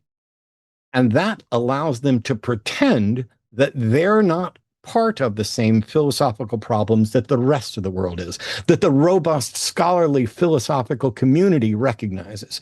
They are as dumb as Andrew in thinking that a trilemma has a truth value and that they've solved the problem of induction by appealing to a magic man without any demonstration that a grounding is possible, needed, or that they found it. And that's why, for all of you who end up engaging with these people, I mean, I've done this for years. I was listening to some guys, Seth and others, interact with a Phil Bro the other day, and I really wanted to jump in because they have a script and they will never present any justification. Their entire line of attack is exactly what we saw from the creationist. Creationists can't demonstrate that there is a God who created anything. They cannot. The people who advocate for the supernatural have no way of demonstrating that the supernatural is real, that it can interact with reality in any detectable way, and yet they want to appeal to it. And so what they did was the spiritualist advocates are appealing to anecdotes and ghost stories and flying trash can lids a la Mike Lacona. And the creationists, because they don't have good evidence of their own, are relying on attacks on evolution as their primary thing. Well, evolution can't explain this. Well, evolution can't explain this. And then every time we find more and more about what evolution can't explain, it gets more specific. Well, it's not robust enough to explain that. Or it could do this and this, but not that. And every time, the question then is, how do you know it can't do that? And for some of them, for young Earth creationists, the answer is time. If the universe hasn't existed for long enough for evolutionary processes to take place, then yes, that would be a big problem. And that's why some of them hang their hat on a young Earth. Phil Bros are doing the exact same thing. They can't demonstrate logically that their God exists, but they want to assume it as a solution to the problems. So instead, they will poke holes in other models. Here's the dirty little secret. Everybody keep this, put it underneath your hat every time you're with a Phil Bro. Atheism does not posit a solution or grounding for logic. That is not a failure of atheism because that is not part of atheism. There is no worldview there. So whether you're an atheist or a Christian, you have no justified position advocating for a grounding for logic. But if you're a Christian and a Phil Bro, you might have just deceived yourself into thinking that you need that so that you don't have to answer the same difficult questions that you want to put other people to. And the rest of us are out here saying, I don't know. I don't know if reason is absolute. It might be, for all I know. It's never failed. Nobody's ever demonstrated it failed. And so until such time as somebody shows me it can fail, I'm not going to waste any of my time worrying about if it has. It's really easy. It's just like the pen. I'm going to pick up that pen. I'm going to write with it until it stops writing. And if that pen writes forever, it is a pragmatic assumption that it is going to continue writing until I have evidence that it won't. For pens, we have that evidence. I have to buy new ones. They wear out. I've got one here. Probably won't write even though there's still ink in it. That's how old that one is. We do not have the same evidence and justification for thinking that reason could ever fail. When we do, then we'll need to ask them why. Because they think the answer is it can't fail because God won't let it fail. Cool story, bro. But we're not just going to take your word for it. That's why when I asked, can you demonstrate this, yes or no? Anybody who actually could demonstrate it would have quickly and easily said yes. And that's where the Phil Bros are a waste of everybody's fucking time. We got super chats. Let me get set up for supers. I think Josh is first in, right? Yeah. Yeah, you go ahead. You can read it first. I'm scrolling. Hey, Josh, thank you for the super chat, but he says, question for both hosts. Why is consciousness used so much by Phil Bros when they call in? Why do so many think consciousness proves the existence of God? Well, there's a number of different things they'll plug in rather than consciousness, but consciousness is one that they like because they want to find something that isn't physical. And they think consciousness is not physical, right? And they'll say, well, because we have this stuff that's not physical, it's not part of our physical world, it needs to be grounded in something else that is not physical and immaterial. And they'll say, well, obviously it must come from a mind. And obviously it must come from a non-material mind. And so that's they're like saying, well, we have this thing and it must be grounded in something like it. The problem is it's not clear at all that the mind is not physical. In fact, it seems to just be brain states in your brain. But the other thing is, even if it wasn't non-physical, there's no reason to think that it came from a mind, like a immaterial mind floating out in the universe. It actually could have just evolved. We wouldn't know how it had evolved, but there's no reason to think that it couldn't have evolved. That's what I would say. I got a weird issue. My YouTube thing is acting up and won't catch back up to the live. And I also didn't see chat. There we go. We got it. All right. I will start posting these up. See, I just sent. Oh, I'm on a delay. There we go.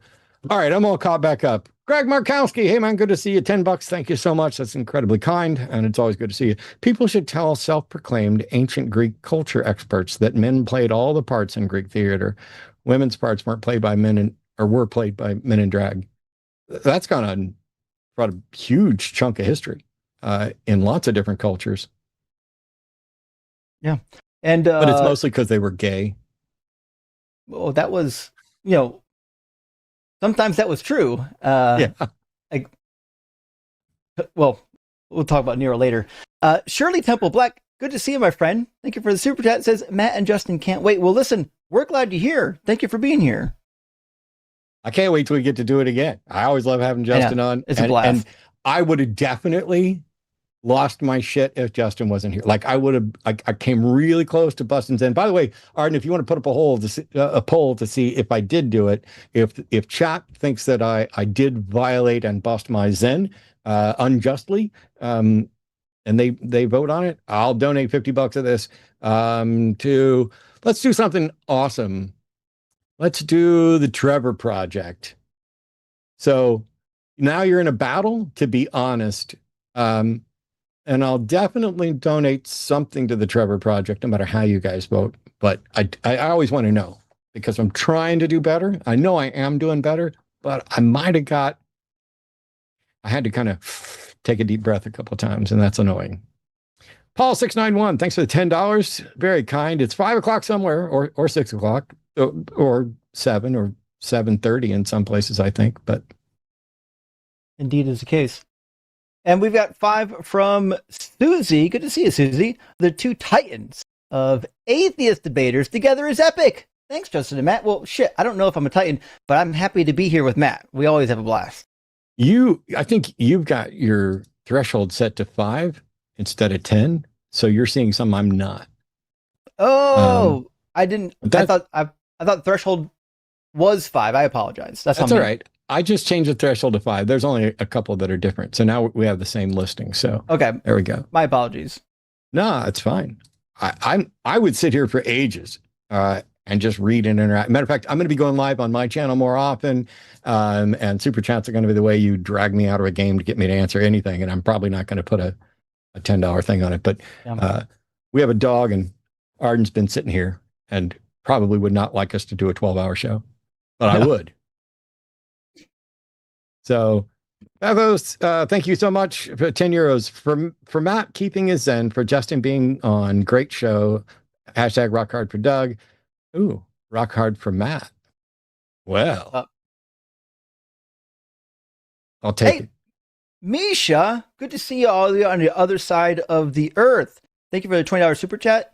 It is rational to believe things are as they appear unless proven otherwise. This moron must be regularly amazed at kids' birthdays when they have a magician.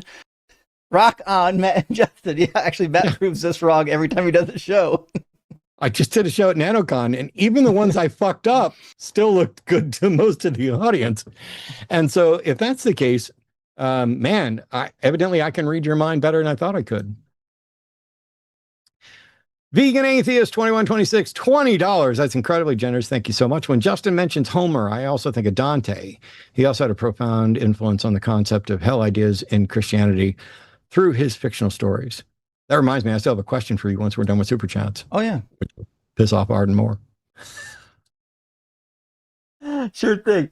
And Joshua Everett's with us. Good to see you, Josh. Thank you for the super chat. The furthest I can go with mythicism is that I will say that Jesus, as written, definitely didn't exist. If there was a real person, it seems plausible. We only have weak evidence and none of it magical. Actually, Josh, I kind of side with you, and we've been in the same streams. I think it's plausible. It's certainly plausible there was a guy named Jesus, but the guy in the book, that guy didn't exist for sure. Yeah. Yeah. It's, if you require, like what I've always said is, if you made a list of all the things attributed to Jesus, everything from pregnancy to resurrection and ascension, the things that I would find acceptable at face value are the things that I'd find acceptable at face value for anybody, that this person was born and said and did some things. But if you talk about what we can actually verify, I can't verify any of it. And for most people throughout history, that doesn't matter. I don't need to verify that, Caesar Augustus was real and not a fictional invention of somebody, because I don't give a shit. And it's not affecting my life if it turned out that it would be interesting. Don't get me wrong. It would be interesting to find out that, wow, there's this whole, leader and government and everything else and coins and all that stuff, and it was just a fiction. That would be interesting. But until such time as we do, I think if I make a list of the things that are reasonable to believe about Jesus without anything beyond the biblical claims, I can't get beyond, there's a guy who probably was a bit of a freeloading teacher with some guys that followed him around, and that stories and tall tales were told about them that we can't verify are actually true. And people get mad when I say that, or I'm evil, or I have terrible standards of evidence, or whatever else. But the reality is, if the believers applied the same standards of evidence that they use for Jesus to other religions, they would wind up believing a number of different competing claims that can't all be true. And they will deny this. By the way, if you're the believer out there that's denying it, you should have called in, because we already know what you're going to say. You're going to say, no, Christianity is unique. Actually, you guys are so bad at this, you would probably say something like very unique, when something can't be very unique. It's either unique or it's not. Unique means one of a kind. It can't be. Anyway, that's a West Wing quote. But what you guys are saying, it's unique, and that there's, the 66 books by these different authors over this much time, and they all tell exactly the same story. None of that is true, except for the number of books in one particular version of the Bible. And then you're like, but he was unique, and he was the one that died for us. And I'll go with the same. You have no reason to think that he died for you, but also you don't seem to have asked yourself, why should God have to die so that God can forgive you? I mean, what kind of weird blood magic thing is this where he can't just forgive you? Do it. I don't know. Doesn't sound very powerful.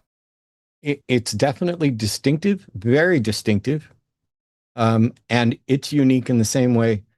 Just like if you go watch Life of Brian, it's unique in the same way. Yes, we're all individuals. We're all special. Your kids are special and they can be anything you want or they want. Mm-hmm. Awesome, the Almighty, $20. When a Christian says, I'm not trying to convince you, they've proven they don't believe it. According to the book, eternal hellfire is at stake for me. And if you wuss out here, Revelation 3:16, you got to try harder than that. Well, the general consensus early on was that Revelation shouldn't have been included in the canon anyway. It was the ravings of a madman until considerably later. And other things like the Shepherd of Hermas and the Apocalypse of Peter were considered more canonical early on than Revelation. Even in the early manuscripts, I forget if it's Vaticanus or Sinaiticus or Alexandrinus, one of them actually includes the Shepherd of Hermes. So it's like, it was right there in the canonical text. Cruz in 68, thank you for the super chat. We finally figured out what happens when an irresistible force, devout Christian, it's an immovable object. Matt and Justin, the crash out. Rock hard for Doug. Okay, for Matt? You don't. Ah, nice. Awesome. That's what I'm talking about. Thanks, Cruz. Plus, you don't need both of us to get him to crash out. Either one of us can get him to crash out if you just force them to actually answer the question and face what the consequences of what they're actually saying. I mean, you watched it happen multiple times here tonight, but Roger Mello, I think it's 20 rand. Justin and Matt, you guys are perfect together. Love you from Rio de Janeiro, Brazil. Rogerio, good to see you, my friend. Awesome getting folks in from Rio. And not a robot, I swear, and I still believe you. Good to see you. Thank you for the super chat. If Jesus is God, then he didn't keep all the law perfectly. That actually might be slightly true. There are plenty of capital punishment worthy sins within God's actions in the Old Testament. Rock hard for Doug. Well, true. Remember, the law only applies to everybody. It's a do as I say, not as I do. Yep. Yeah, somehow they know about morality from God, and that God is the grounding of their morality, but God is immune to morality, and yet they judge him as good. I did have somebody call the other day that said God is not good and God is not evil. God is amoral. He is the foundation of morality. And I'm like, okay, but if you're slaughtering innocents and punishing the spouses of the guilty, how is that modeling good morality? How am I supposed to know that God's that I have no idea that God's ever said anything or advocated anything. His character is deplorable at best. And so what about that God serves as a grounding for morality? I don't get it. I don't know how you can ground morality if you're not even moral yourself. It's just a weird thing. $5 from Susie. Hey, Susie, doesn't the Gospel of Thomas tell about the child Jesus that killed other children who upset him? Oh, that's Thomas, yeah. The Infancy Gospel of Thomas, yeah. It's worth a read. Check it out. Read the Infancy Gospel of James, too. It's not, yeah. For some reason, in my head, when she said Gospel of Thomas, I misread that. And I was like, it just didn't register that we were talking about, a Gnostic book or a deuterocanonical book. But yeah, yes. They're some of the funnest to read. Some of my favorites. I know, right? Hey, Pineapple, good to see you. Thank you for a $20 super chat. Justin, Matt, homemade bolognese, and new Ted Lasso. What a fantastic Wednesday. Love y'all. Pineapple, I hope you had fun. I've never seen Ted Lasso. I heard it's hilarious. So I hope you had a good time. And I think we had some good comedy tonight with these theistic callers as well. It was wild. And I still haven't. Today's the day that X-Men 97 episodes come out, and we haven't watched the one for today. So I don't know if we're going to get time to watch it before bed. I hope so. But if not, I'll watch it tomorrow. But The Atheist Mechanic. Hey, great seeing you at NanoCon. Matt and Justin turning Gil into a pretzel was worth the frustration, but also sad to listen to. It is. It didn't break me as much as some of the other ones did, but much love to you both and everyone at the line. There was a call recently that this is so wild. So I'm going to tell us the same story as briefly as I can. Sorry, honey. Once upon a time, I couldn't cry. I don't know why. It's probably some emotional baggage or psychological baggage or big boys don't cry or whatever. I don't know. In my head, of course, it was a good thing and perfectly normal for men to cry and guys to cry. Boom, boom, boom. But what would happen is I became kind of fixated on the fact that I couldn't cry. And so every time I would get close to crying, my brain would recognize that I was going to cry and then would get happy that I was going to cry, and that would stop me from crying. And it was really pissing me off because I wanted to have a good cry a number of times, including when my grandfather died, and a number of other times. And then I had heart surgery, and this may be placebo and bullshit. It may be anecdotal, but one of the things they told me is after you're done with surgery, you're going to find that you're more prone to crying. And Arden can tell you, it is absolutely the case. Not only do I tear up regularly at music and art and all that stuff, but the call, wow, I'm getting overwhelmed, like having difficulty breathing about the call a couple of weeks ago that broke me. And if there's like an empathy overload, and the world we live in has become so sad and depressing in the fascist regimes and the denial of reality and the rampant willful stupidity that we are not only bathing in but encouraging in the next generation, and the lies and the misinformation and the inability, the increasing inability to be able to tell what's real and not real. It is overwhelming. And I said all this for a quick reason. If any of you, I know I am here and you guys tune in, and there's a bit of catharsis here. And I'm raw. If any of you are incredibly overwhelmed by the world that we're in, where you feel like you're done and you're going to cry and you need some help over and over again, let me highly recommend seculartherapy.org as a starting place to potentially scout out therapists and counselors. It has done me a world of good.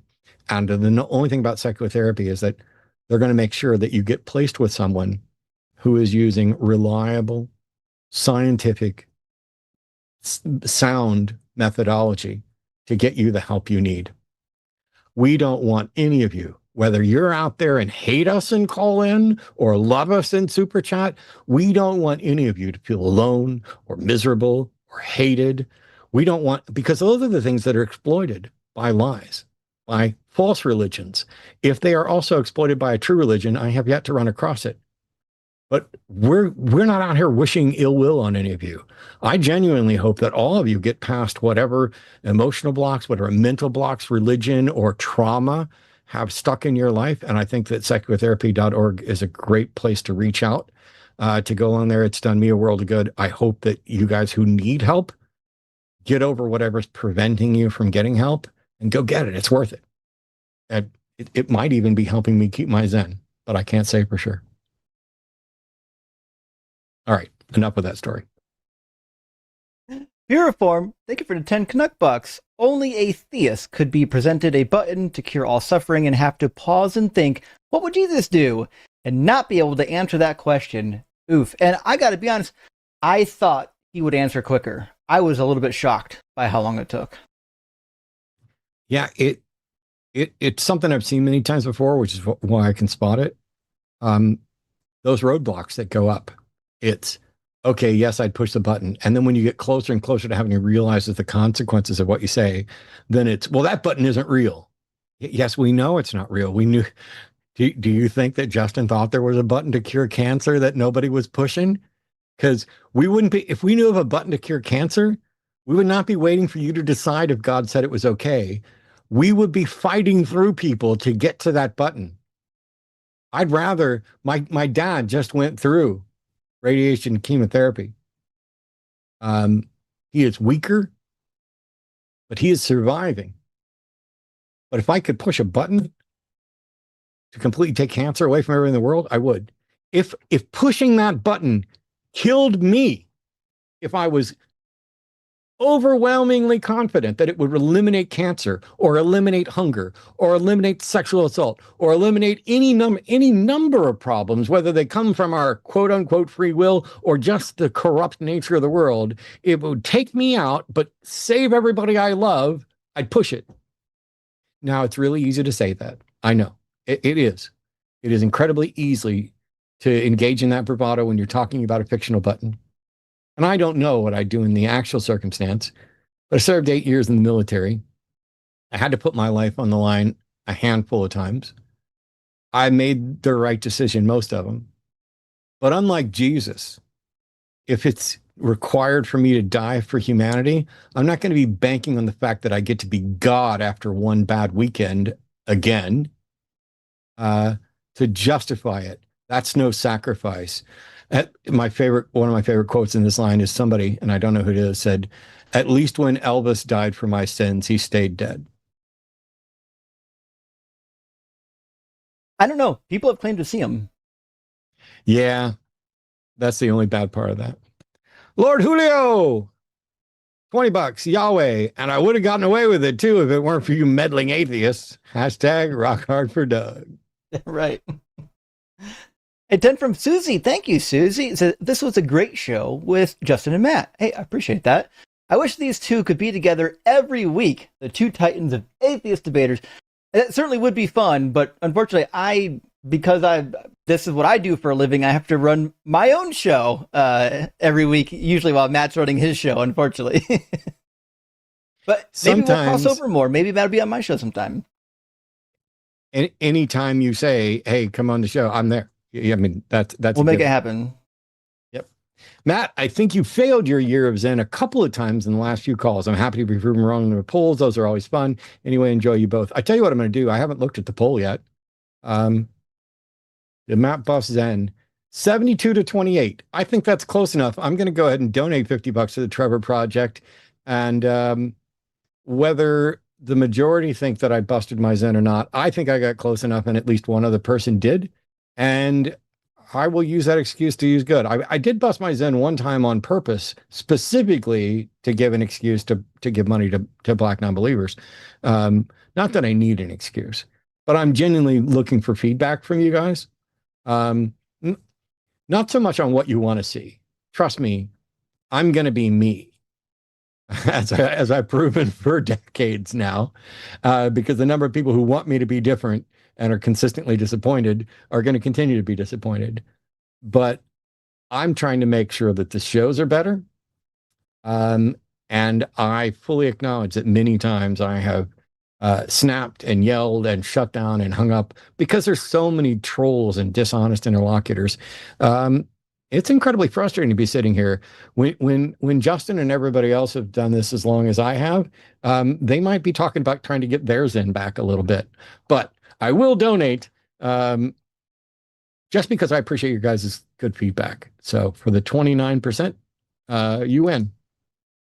Quite fair. Quite fair. And from Space Barbarian, thank you for $10 super chat. Justin, what is the story behind Joseph's miraculous birth to two dads?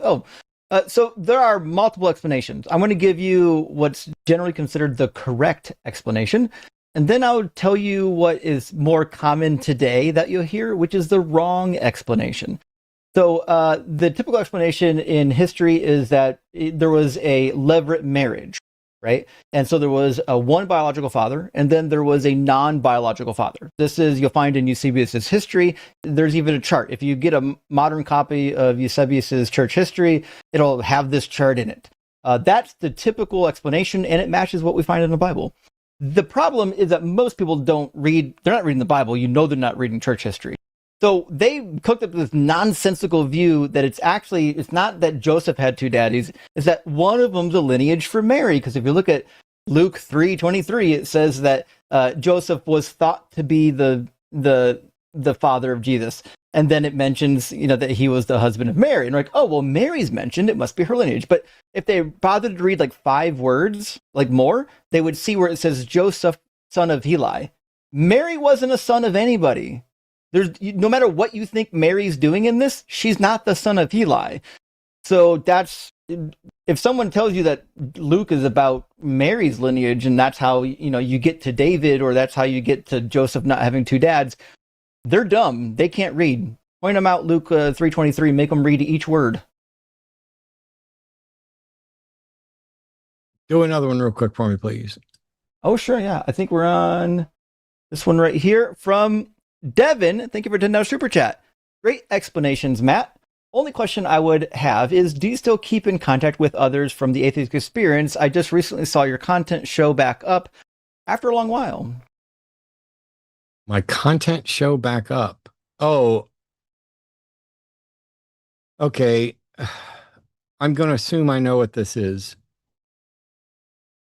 The atheist experience, run by the atheist community of Austin, owns all the old content that I did, and they can use it however they want. And despite my requests, they continue to repost old content without making it clear that it's old content. And so some people think that I'm back to working with them. And it ramps up every year at this time, because this weekend will be a special event for the ACA. That's as much of as close to an advertisement as they're getting. Because of that, I'm going to have friends in who are going to come over to my house and hang out, because there's no way I'm going to the special event. I would really love to know from the ACA. I'd love for them to answer. No, I'm not going to deal with that now. Let's get back to good stuff. So if you're seeing my content, it's because they're reposting it. My new content is here and on my channel. I'm sure one of the mods can post a link to my YouTube channel as well, if Classy hasn't already done it. It is one of those things where I really wish it didn't have to be that way, but things are not good. I love a lot of the people who work there who are doing good things, but fuck the leadership of that organization. And I really wish we could get to a point where I would be happy and comfortable saying that I support them. But I don't. But I also don't tell people who they can work with. And I'm certainly not going to be telling good people who are getting good work done not to work with an organization just because I won't. That's kind of silly. So let me do this real quick. There you go. There's my receipt for my life-saving donation to the Trevor Project. Y'all should go do the same.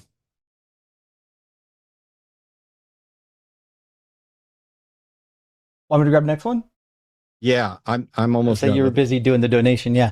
Misha, thank you for the 10 Aussie bucks. Good to see you again. Zen unbusted because not unjustified. Oh, fair point. Sometimes it's valid to get a little spicy at some of these dishonest dipshits. I will be fair. Listen, there's a time to yell. And I think sometimes we find it. Almost every stream. I mean, these people say vile stuff. Yeah, exactly. That's part of Ecclesiastes. Time to kill. Yeah. I mean, I figure if there's a time to kill, there's probably a time to yell. Gotta be. The only important thing, as we learned from Kevin Bacon, is there's a time to dance. True. Greg Lisk, thank you so much. 20 Canadian dollars, 20 Canuck bucks, 20 real money that I would have used to call fake, but now I think ours might be the fake one. But yeah. Matt and Justin alive. Yes, so far. My answer to who would you most like to have dinner with, living or dead? Oh, wow. Nice. You'd like to have dinner with us alive. I would prefer to have dinner with you alive than dead as well. Oh, it's wild. Hey, that one's easy. Yeah, for sure. I'm sure Blake, even some of our theist defenders could read this one. Well, Blake, I appreciate you sending us a $9.99 super chat with a depiction of God. And all of the evidence supporting that depiction, all in one super chat. It's amazing. Nailed it. Real black milky. Another $10 in real Canadian money. Religious people have been doing way worse than busting their Zen to non-believers for centuries. Matt's our equalizer, and religious people deserve way worse than what Matt gives them. Keep going. They've done some shit. But I still care about potentially helping people find their way out. And if I'm wrong, if Justin and I have found our way free of something that's actually true, for whatever reason, whether we've been given over to a reprobate mind or there's some great deceiver or something we've overlooked or some foundational thing about epistemology that we have just completely fucked up, I want to know that too. I just wish that if there was a God who gave a shit about us knowing they existed, he'd send better representatives, if not just show up himself. If it's obvious, as some people say, then there's no reason for God to hide, which is apparently what he likes to do more than anything. Oh, for sure. Although reprobates have a lot of fun. You know what's funny is when you hear the version of me that lives in people's head, that guy has way more reprobate style fun than I ever, like the sex things that the fictional version of me in their head get up to. I'm like, I'm killing it. Yep. I did all that. And I do it twice. I do it twice as much as any of you thought. Good job. All right. I'm much better in people's dreams too. Misa says, and thanks for the $10. Another because W to Matt for being called evil by the followers of an evil deity. I'd wear that like a badge of honor. Honestly, great show and best wishes to you both and Arden behind the scenes. Thank you so much. And Arden's doing great, aren't you, baby? Oh yeah. Your mic's low, but I heard you. Hey, skeptics and scoundrels, thank you for the super chat and good to see ya. Didn't catch the stream, but I'm sure you guys killed it. Rock hard for Doug. Fergal, Burgle, Manurgle, Burgle, and Justin, check your Discord, you bum. I'm fucking so sorry, skeptics. I promise I'll get to you. The summer's tough for me. I'll apologize. The summer's tough for me to get back from people. If you know what I do over the summer, you'll understand. But I'll get to you. I promise. I love you. We love you too. And by the way, there are some people who are in some gaming groups, and we've been playing Mecha Chameleon, I'm told is how it's actually pronounced. If it weren't for the fact that it doesn't let you customize your movement controls so that I can use the same ones I normally do for like a first person game, it'd be like at the top of my list. But it is genuinely fun. It's basically hide and seek where you paint yourself into the background and landscape, and then there are people who come out and hunt you. It's a great kind of party game. Well worth looking into. And they didn't sponsor this either. Ashendari, $5. Thank you so much. Has either of you gotten a legit response other than divine command theory, maybe, to the whole Lot and his daughters fiasco?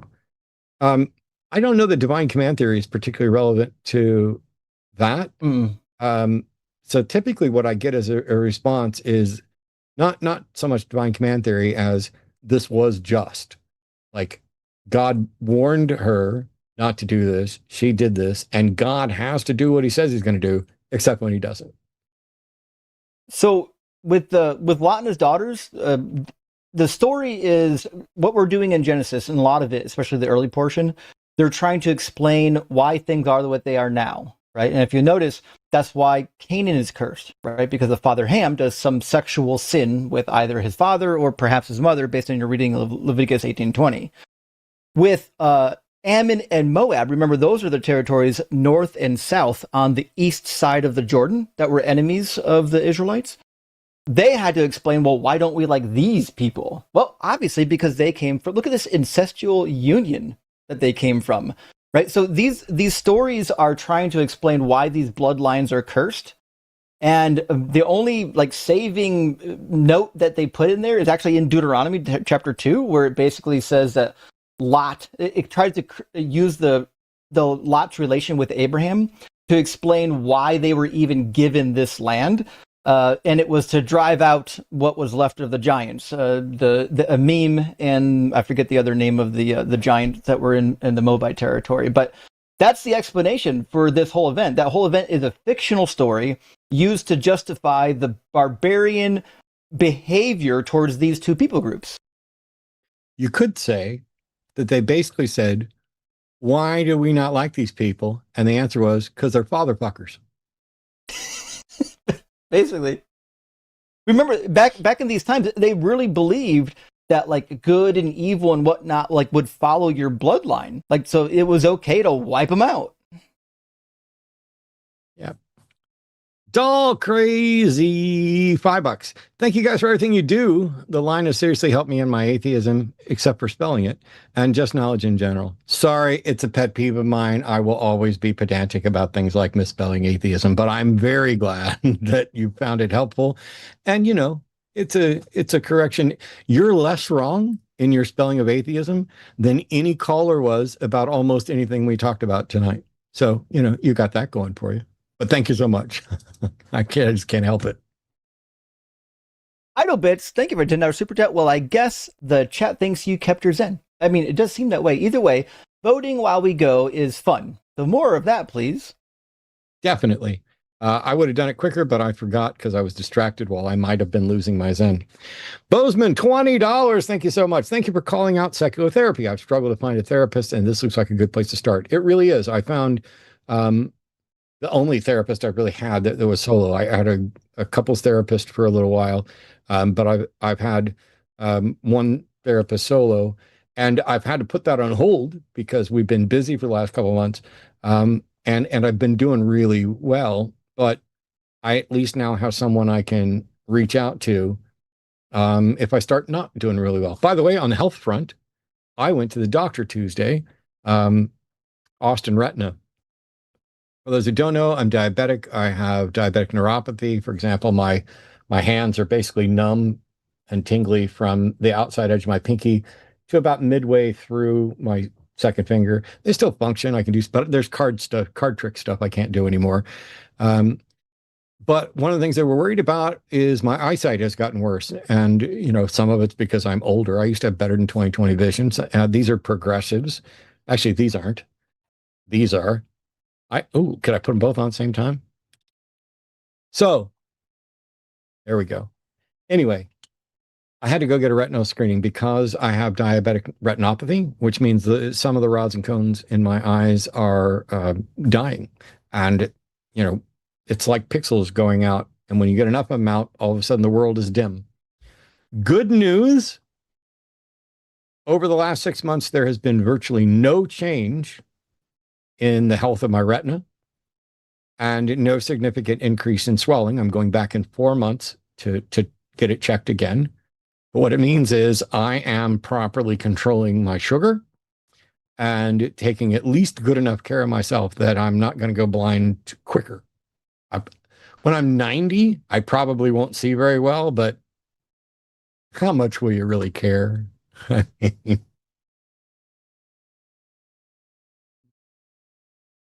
Hey, Greg.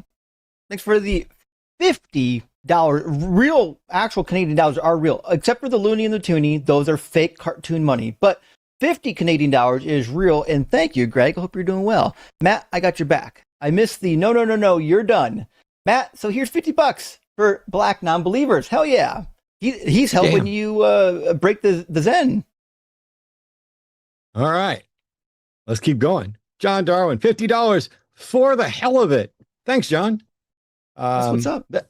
That money has already been sent to the Trevor Project. And Skeptic's back again. Thanks for the super chat. It says, a time to zen, a time to crash out. Ecclesiastes chapter 3, verse your mum. Unbelievable. Fantastic work. Blake Johnson, $10. Revenge for my phone missing my message. Thank you all for what you do. Lifelong atheist raising kids today is wild. I bet. The proselytization is real and constant. Keep up the good work. Yeah, I'm not even raising kids and watching what's going on.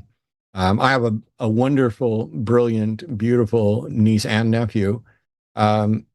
Luckily, they are both adults now because I'm fucking old and time flies quicker than any of you. Like, I remember growing up and all the old people would be like, you won't believe how quickly it goes. And I was like, yeah, whatever. So you can write me off as grandpa if you want to, but you're not going to believe how quick some of it goes. Some of it drags like you would not believe. But for example, Arden and I have been together for 5 years. 2 months ago, we had our 5-year anniversary, and it just seems like no time.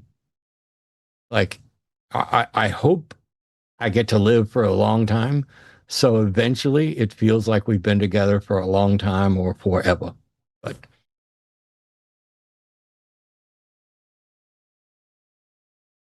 And Master Builder, hey, thanks for $10 super chat. Why would you say so many stinky ass young earthy Christianists, young earth creationists are so opposed to any other interpretation of the Bible? Do you think they are stinky ass? Listen now, idiots that would kiss God's butt if they thought God told them. Well, first of all, it's propaganda and brainwashing, right? They grew up with it. And most people, if you're part of a denomination that teaches a high biblical authority as opposed to a low biblical authority, well, typically they taught you to think that the Bible is completely true in everything that it says. Whereas if you're part of a Catholic or low authority tradition, you might say something like, well, it's true in everything it teaches, which is vague enough to say, well, it doesn't teach that the earth is that old. It just, it's a theological story to teach you about God, right? And so that's why you've got a huge section, like mostly Protestants, that will be stuck on this idea that the earth could only be, 5,000 to 6,000 years old because of how the Bible must be read. And typically they read the Bible quite literally, as they should. The problem is that, unfortunately, they read all of that literally, but they won't read any of the prophecies literally, because the prophecies about Jesus, all of them have to be metaphors, typologies, shadows, because, you didn't do shit. I like that. It's funny. I'm clicking to post the final super chat right now, and Q&A line said, we're moving on to super chats after this call, all super chats. So it's an automated message to say we're going on to super chats, but we just got to the last one, which means somebody out there needs to give another $10 super chat right now so that message is not a liar. Anyway, Green Man Dave, hey, it was good to see you at NanoCon as well. For the halibut, $10. Had a blast at NanoCon, and I look forward to hanging out, participating. By the way, some of our friends who are going to be coming and hanging out are John Gleason and Casey. And if you're not aware, there's a number of things that are still upcoming, like BajaCon's coming up next weekend or weekend after, I think. AHACon is in September, but Rocket City Reason is October 23rd through 25th in Huntsville, Alabama. You can go to rocketcityreason.com to get information about who's going to be there. And I can tell you that the lovely and talented love of my life at the end of the hall will be at Rocket City Reason. We are not sure if I will be able to go because we still have way too many animals for us. We don't ever get to go anywhere together, which is why we stay home.